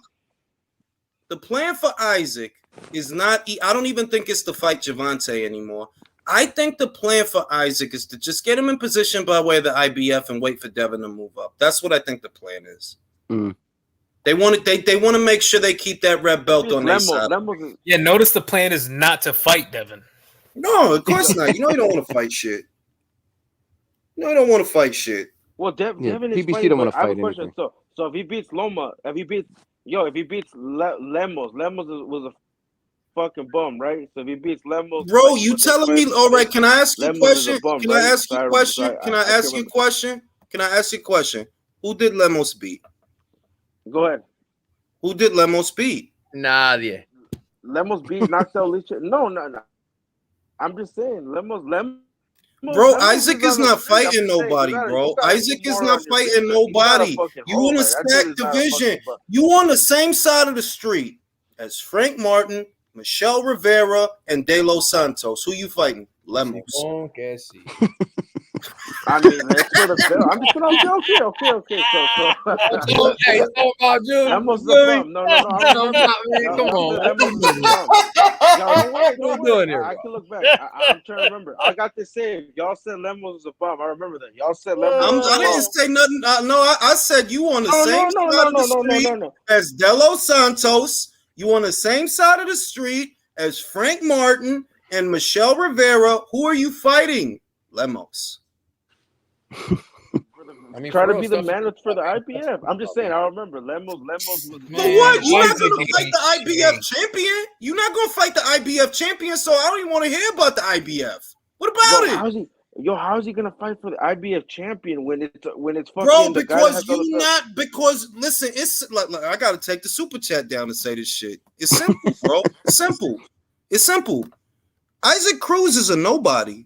Yeah, you a nobody. You didn't beat nobody. Till you beat somebody, you're not really a somebody. That's facts. You're not really a somebody. You gotta beat somebody to beat somebody. I mean, He can't beat Even nobody. eye test. Even eye test, bro. Angel Fierro. Have you ever seen Angel Fierro fight? He's a better lightweight than fucking Isaac. I guarantee you, if they fight Angel Fierro, fucking wash his ass. Yo, I remember that. I remember that, Julio. Take me up in that bed and don't have, when they fight, I'm gonna laugh when he knocks Fierro. I remember that. You said Fierro is a better lightweight, and then when Fierro's eyes closed or he quits, I'm gonna remember that. Just all right, and I'll bet you that Fierro will make an offer to Isaac Cruz that he'll turn down. I'll bet you that. Here's the problem. Here's the problem. Isaac doesn't want. Listen, it's one thing for you to not fight Shakur, who's over there, and not fight Ryan, who's over there. There are 3 people right there that you could make waves with. Who is he fighting, guys? Lemos. Lemo. And who is Lemo? Right. Wait, how is he number one? How? Here's what I was thinking. Here's what I was thinking. Since when is it ever a thing where somebody like Cruz is a nobody? And we're not saying nobody because you don't have a big name. We're saying because there's no one on your fucking resume. So since when does a nobody? Oh, wow. He went 12 rounds with a world title holder. You're somebody now? No, you're still nobody, bro. Well, he wasn't a world title holder. Let it be known. He's a McDonald's belt holder. Oh, yeah. Who's this Lemos guy? Like, who do you fight? How's he number one? Fighting demons. No. He fought Lee Shelby. And he knocked him out. I think he was the first man to stop it. I'm not saying you gotta let me. Wait. The Lee Shelby that George Cambodia beat. That barely beat you. Mean your same one that had controversial SD and Lambo's went in there. And I'm just saying that. I'm just saying that you fighting guys. You fighting guys that George Cambodia guys beat. Bro, Diego Magdaleno, Teofimo destroyed that guy at lightweight. Destroyed that guy before Isaac Cruz. But Cruz, yeah, I think Cruz knocked him out in 1 round. So what are we doing? He winning. I'm just saying. He knocked him out in 4. But, all right. If you watch the fight, he knocked him out in 1. I'm just saying, like he was in the race. Isaac is listen. You know what? You know what's going to happen now, Polo. I'm not going to watch Isaac just because I'm not going to. No, it's cool. Watch it. No, I'm not. He fighting these fucking guys. I don't. Who are these people? Who are they? They don't even know. They don't even know. Listening to me. Listen. No, you know he doesn't have one good win. PBC does not take risks about fighting tough fighters. That's what they do. I can't wait until that Fierro Cruz fight happens. Didn't he beat Thomas Matisse? That fight is not going to happen because Cruz don't fight nobody. Okay, when it happens, I don't want to hear. It's not gonna happen. It's not gonna happen. PBC don't fight anybody. Bro, it's so cool. I can't wait. I remember, like I said, when I was saying PBC doesn't even y'all not listening to me. I'm telling you, Cruz is not gonna be this, but I'm telling you, he'll fuck Fierro up. I like Fierro. I said Cruz is not gonna be this. Like I said, pound for pound guy. He'll be a belt holder. He'll get some good wins, but I'm telling you, bro, he'll fuck Fierro up pretty bad. Not gonna get no good wins. I'm telling you, Eddie Hearn is not gonna do that, bro. He'll bro. It's literally been a year since he fought Javante. A year. What the fuck has he done? I got a question. You know, Cruz beat Matisse, and Matisse went on to be a 300-undefeated fighter. I know you probably don't rate Matisse, but he's on the matchroom stable that they signed. So I'm just saying, like, that win was better, and he got robbed on the top break show against one of their guys too. Like, so I'm not saying he's a what. You naming C and D guys like beat Thomas Matisse. Yeah, I actually think that's a good win, but he's at 130 now, so it's like it's not no, that, he went down, that, but he went bro. down. It's not that. It's the number of fights that you're turning down to fight Lamo. Yeah, that's true. Like, look, man, he's a but good to be fair, but that's a what lot of those right PBC now, lightweights weren't fighting each other, bro. Rivera and Tate never fought. I'm not saying that they are. I'm saying that you losing to Javante does not entitle you to turn your nose up at the whole damn weight class, and that's literally what he did. You didn't want to fight Ryan. You didn't want to fight Shakur. You didn't want to fight Dos Santos. Don't want to fight Frank. Bro, Shakur was ordered. They ordered you for that. He ducked Shakur, bro. A flat out duck. Nobody can how am I gonna respect you, bro? Can't respect this guy. Get out of here. Like, Willie. Listen. My fighters like that, he could just retire, bro. My favorite Mexican fighter at 135 is William motherfucking hard ass face Zepeda, because that dude face he look older than me, and he in his 20s. Zepeda's a beast. I like bro, Zepeda. I think. Shit. No, Zepeda looks like one of those Olmec. Don't tell me I look older than Zepeda. Don't fucking lie, Mikey. I don't fucking look older than Zepeda. That dude face is hard as shit, bro. He looks like one of those Olmec statues. Oh, he looked like a minor from can West I say, Virginia, bro. he looked like if you left Canelo in the dryer too long and it shrunk. yo, Julius. You're saying someone there's tried to make another one. beef jerky out of Canelo. Yeah, like a Sun-dried piece Canelo. of He's like a wrinkled sun-dried piece of clenbuterol steak, you know. There's This looks like a relief Julius, map. Julius, they got another lightweight over there, Oscar Duarte. He's the one that KO Alex Martin. Did you see that KO where like he knocked him out? Like that dude is fucking. That dude is fucking good. I'm telling you, him and Cepeda in the future would be a that's another guy that's. Yeah, but Cruz, I'm done, bro. It's literally been a Okay, year. we moved on Cruz, bro. We moved on with Cruz. Let's talk about like, bro. I said I didn't want to talk about it because y'all, like I said, y'all see. I'm not saying he's gonna be this. I'm just saying, bro. Don't be shocked when he gets an upset win against one of these guys. I'm telling you, like, He's not gonna upset nobody. I'm gonna get upset. The only one who's gonna be upset is me because he don't fight shit. That's the only one. He can retire, bro. He can retire. I'm the one that said Zhang is better than, and what happened? I'm Well, telling you, I'm let not him saying he's gonna retire, be bro. a top guy. I'm just saying, bro, he's better than what people give him credit for. Like, and that's the thing. Well, I didn't say better or worse. All I said is he don't fight shit. A lot of guys don't fight shit, bro. That's just how it works sometimes. That's not true. That's not true. A lot of guys like Isaac No, Cruz. that's not true. The dude that Isaac Cruz didn't want to fight, Frank Martin fought him and whooped his ass. Can't say that. You can't say that. Isaac out here acting like he did something. Frank Martin had time for Michelle Rivera. Young Shakur out here busting ass waiting for the winner of Haney versus Joyce Lomachenko. decided to fight Zhang. There you go. No, I kept it at lightweight because some of those kids is fighting in fights though. Like some of them are shit. Fucking Williams Zepeda fought Jojo Diaz. You know, some of them are fighting in fights. Delo Santos, he beat Rayo. So I'm what saying, do you? I have a question. So if say I'm just saying being so we can remember this because like I said I don't. So if Cruz say fights Angel Fierro for like a vacant belt and he beats Angel Fierro, he's not gonna fucking fight no fucking bro, Angel listen. Fierro, bro. Oh my God, here we go. I'm just saying. They're gonna fight okay, shit, bro. I'm telling you, all right, you tell me, what win does Isaac Cruz have that's better than Delo Santos beating Rayo? Nothing at the moment. Like nothing at the moment for. What you mean? What you mean? Hold on. What you mean his best win? He went 12 with Tank, bro. You ain't know? I'm trying to tell you, bro. Best win. That's his best win. Julius, I'm saying. So if he beats Fierro, I'm just saying. Don't say because if it happens, bro, you talking about a fight that shit is not even gonna happen. Yeah, dude, you're underestimating. You might as well tell me. Well, when he beats Williams Zepeda, he's not gonna fight Williams. You're underestimating PBC's matchmaking, bro. It's like me saying Luis Ortiz is gonna fight Tyson. He's gonna have a rematch with Gamboa.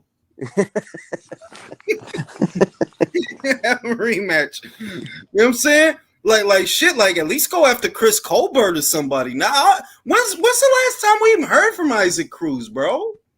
Oh, he's gonna be the next Machado, bro. Watch. Yeah.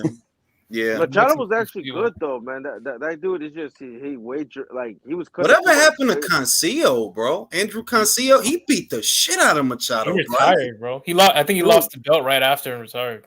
Oh, yeah, he lost too. Bro, and that's crazy. Jojo beat him, and that dude went on to be a world champion. Like, remember at one time when you had like Roger, Rene Alvarado, him, Machado, they were all fighting each other. Like, bro, Machado was a serious problem. I think he stayed at. I think Machado stayed at. You remember he was big for 130, and I think he stayed there too long. Yeah, and his style got him knocked out. Yeah, that too. Yeah, bro. But here's the thing. I don't know. He was the Puerto Rican Ray Vargas. Like, you know how Ray Vargas got a funny looking fucking face? Yeah. Machado, he's the Puerto Rican Ray Vargas, bro. His neck was too long, bro. He fell asleep just like people who watch Ray Vargas. So he was more fun to watch than Ray Vargas, but he wasn't as skilled as Ray Vargas. Like, he wasn't. Ray is skilled. Like, we say what we want, but that dude could box. Machado just comes like he has that weird come forward style. He can crack like if he can catch you because he did have a mean left hook. The problem is he's really weak to the body. Like if you catch him to the body, you will stop him. So yeah, I think at this point he's just gonna be like a gate. I don't want to call any fighter, but just he's a gate. I mean, he is though. Like who you gonna beat, bro? Who is he gonna beat? I don't think. I just think he's gonna be that guy that will pull an upset and he'll get a couple fights and then lose again. Bro, Like, let's do an all Puerto Rico. Subriel Matias versus Machado. You know what That'd fight be I would awesome. actually not wouldn't mind. Who's that matchroom guy that they got at 140? He's like Albanian. Madi versus him. That would be a good fight. Rashad Mahdi? No, Yeah, that kid that's a is good actually name. okay though. He's actually No, like but I I'm don't. saying he would beat him. He would beat him. But I'm just saying that's a good step up, like to see because Yeah. that's from. Yeah. But that Albanian kid's actually. I'm not gonna say. I don't know how far he's gonna go, but he's okay. He can fight. Kickboxer, no, he was because bro, remember he had a video that had like 20 million views. No, he was a good kickboxer, so he got into boxing. So I think he could probably like he sells tickets. He has the potential to be a good fighter. So He's gonna like be you on said, whatchamacallit's card, on the Berlanga's Berlanga card. Mm-hmm. Yeah. Aaron says Ryan had mental illness breakdown because he thought he would never get the Gervonta Davis fight. This fight was negotiated with knowing how desperate Ryan is due to his mental health. I don't know if he's being sarcastic, but I think he is. Maybe he's maybe that's what Drew Yo, was that's referring Baker. to. You know him, bro. He said the crazy ass takes. Bro, Ryan waxed Dude, his I wouldn't even pussy take and he that got shit. upset. You know That's Baker what be happened. on the. Yeah, he started ovulating Man, close to the that's fight. Yeah, like he's in a bad mood. He said Ryan started ovulating. I don't know why I picture a glowing remote control down there when he said that. Yo. like a fire stick it's remote? like it's like ET's finger. Oh, nah. That's a bad visual, man. The hell? Well, look, on that note, fellas, I'm going to sleep. I'll holler at you. Night, fellas. Okay, nos vemos. Have a good night, brother. Thanks for having me on. All right.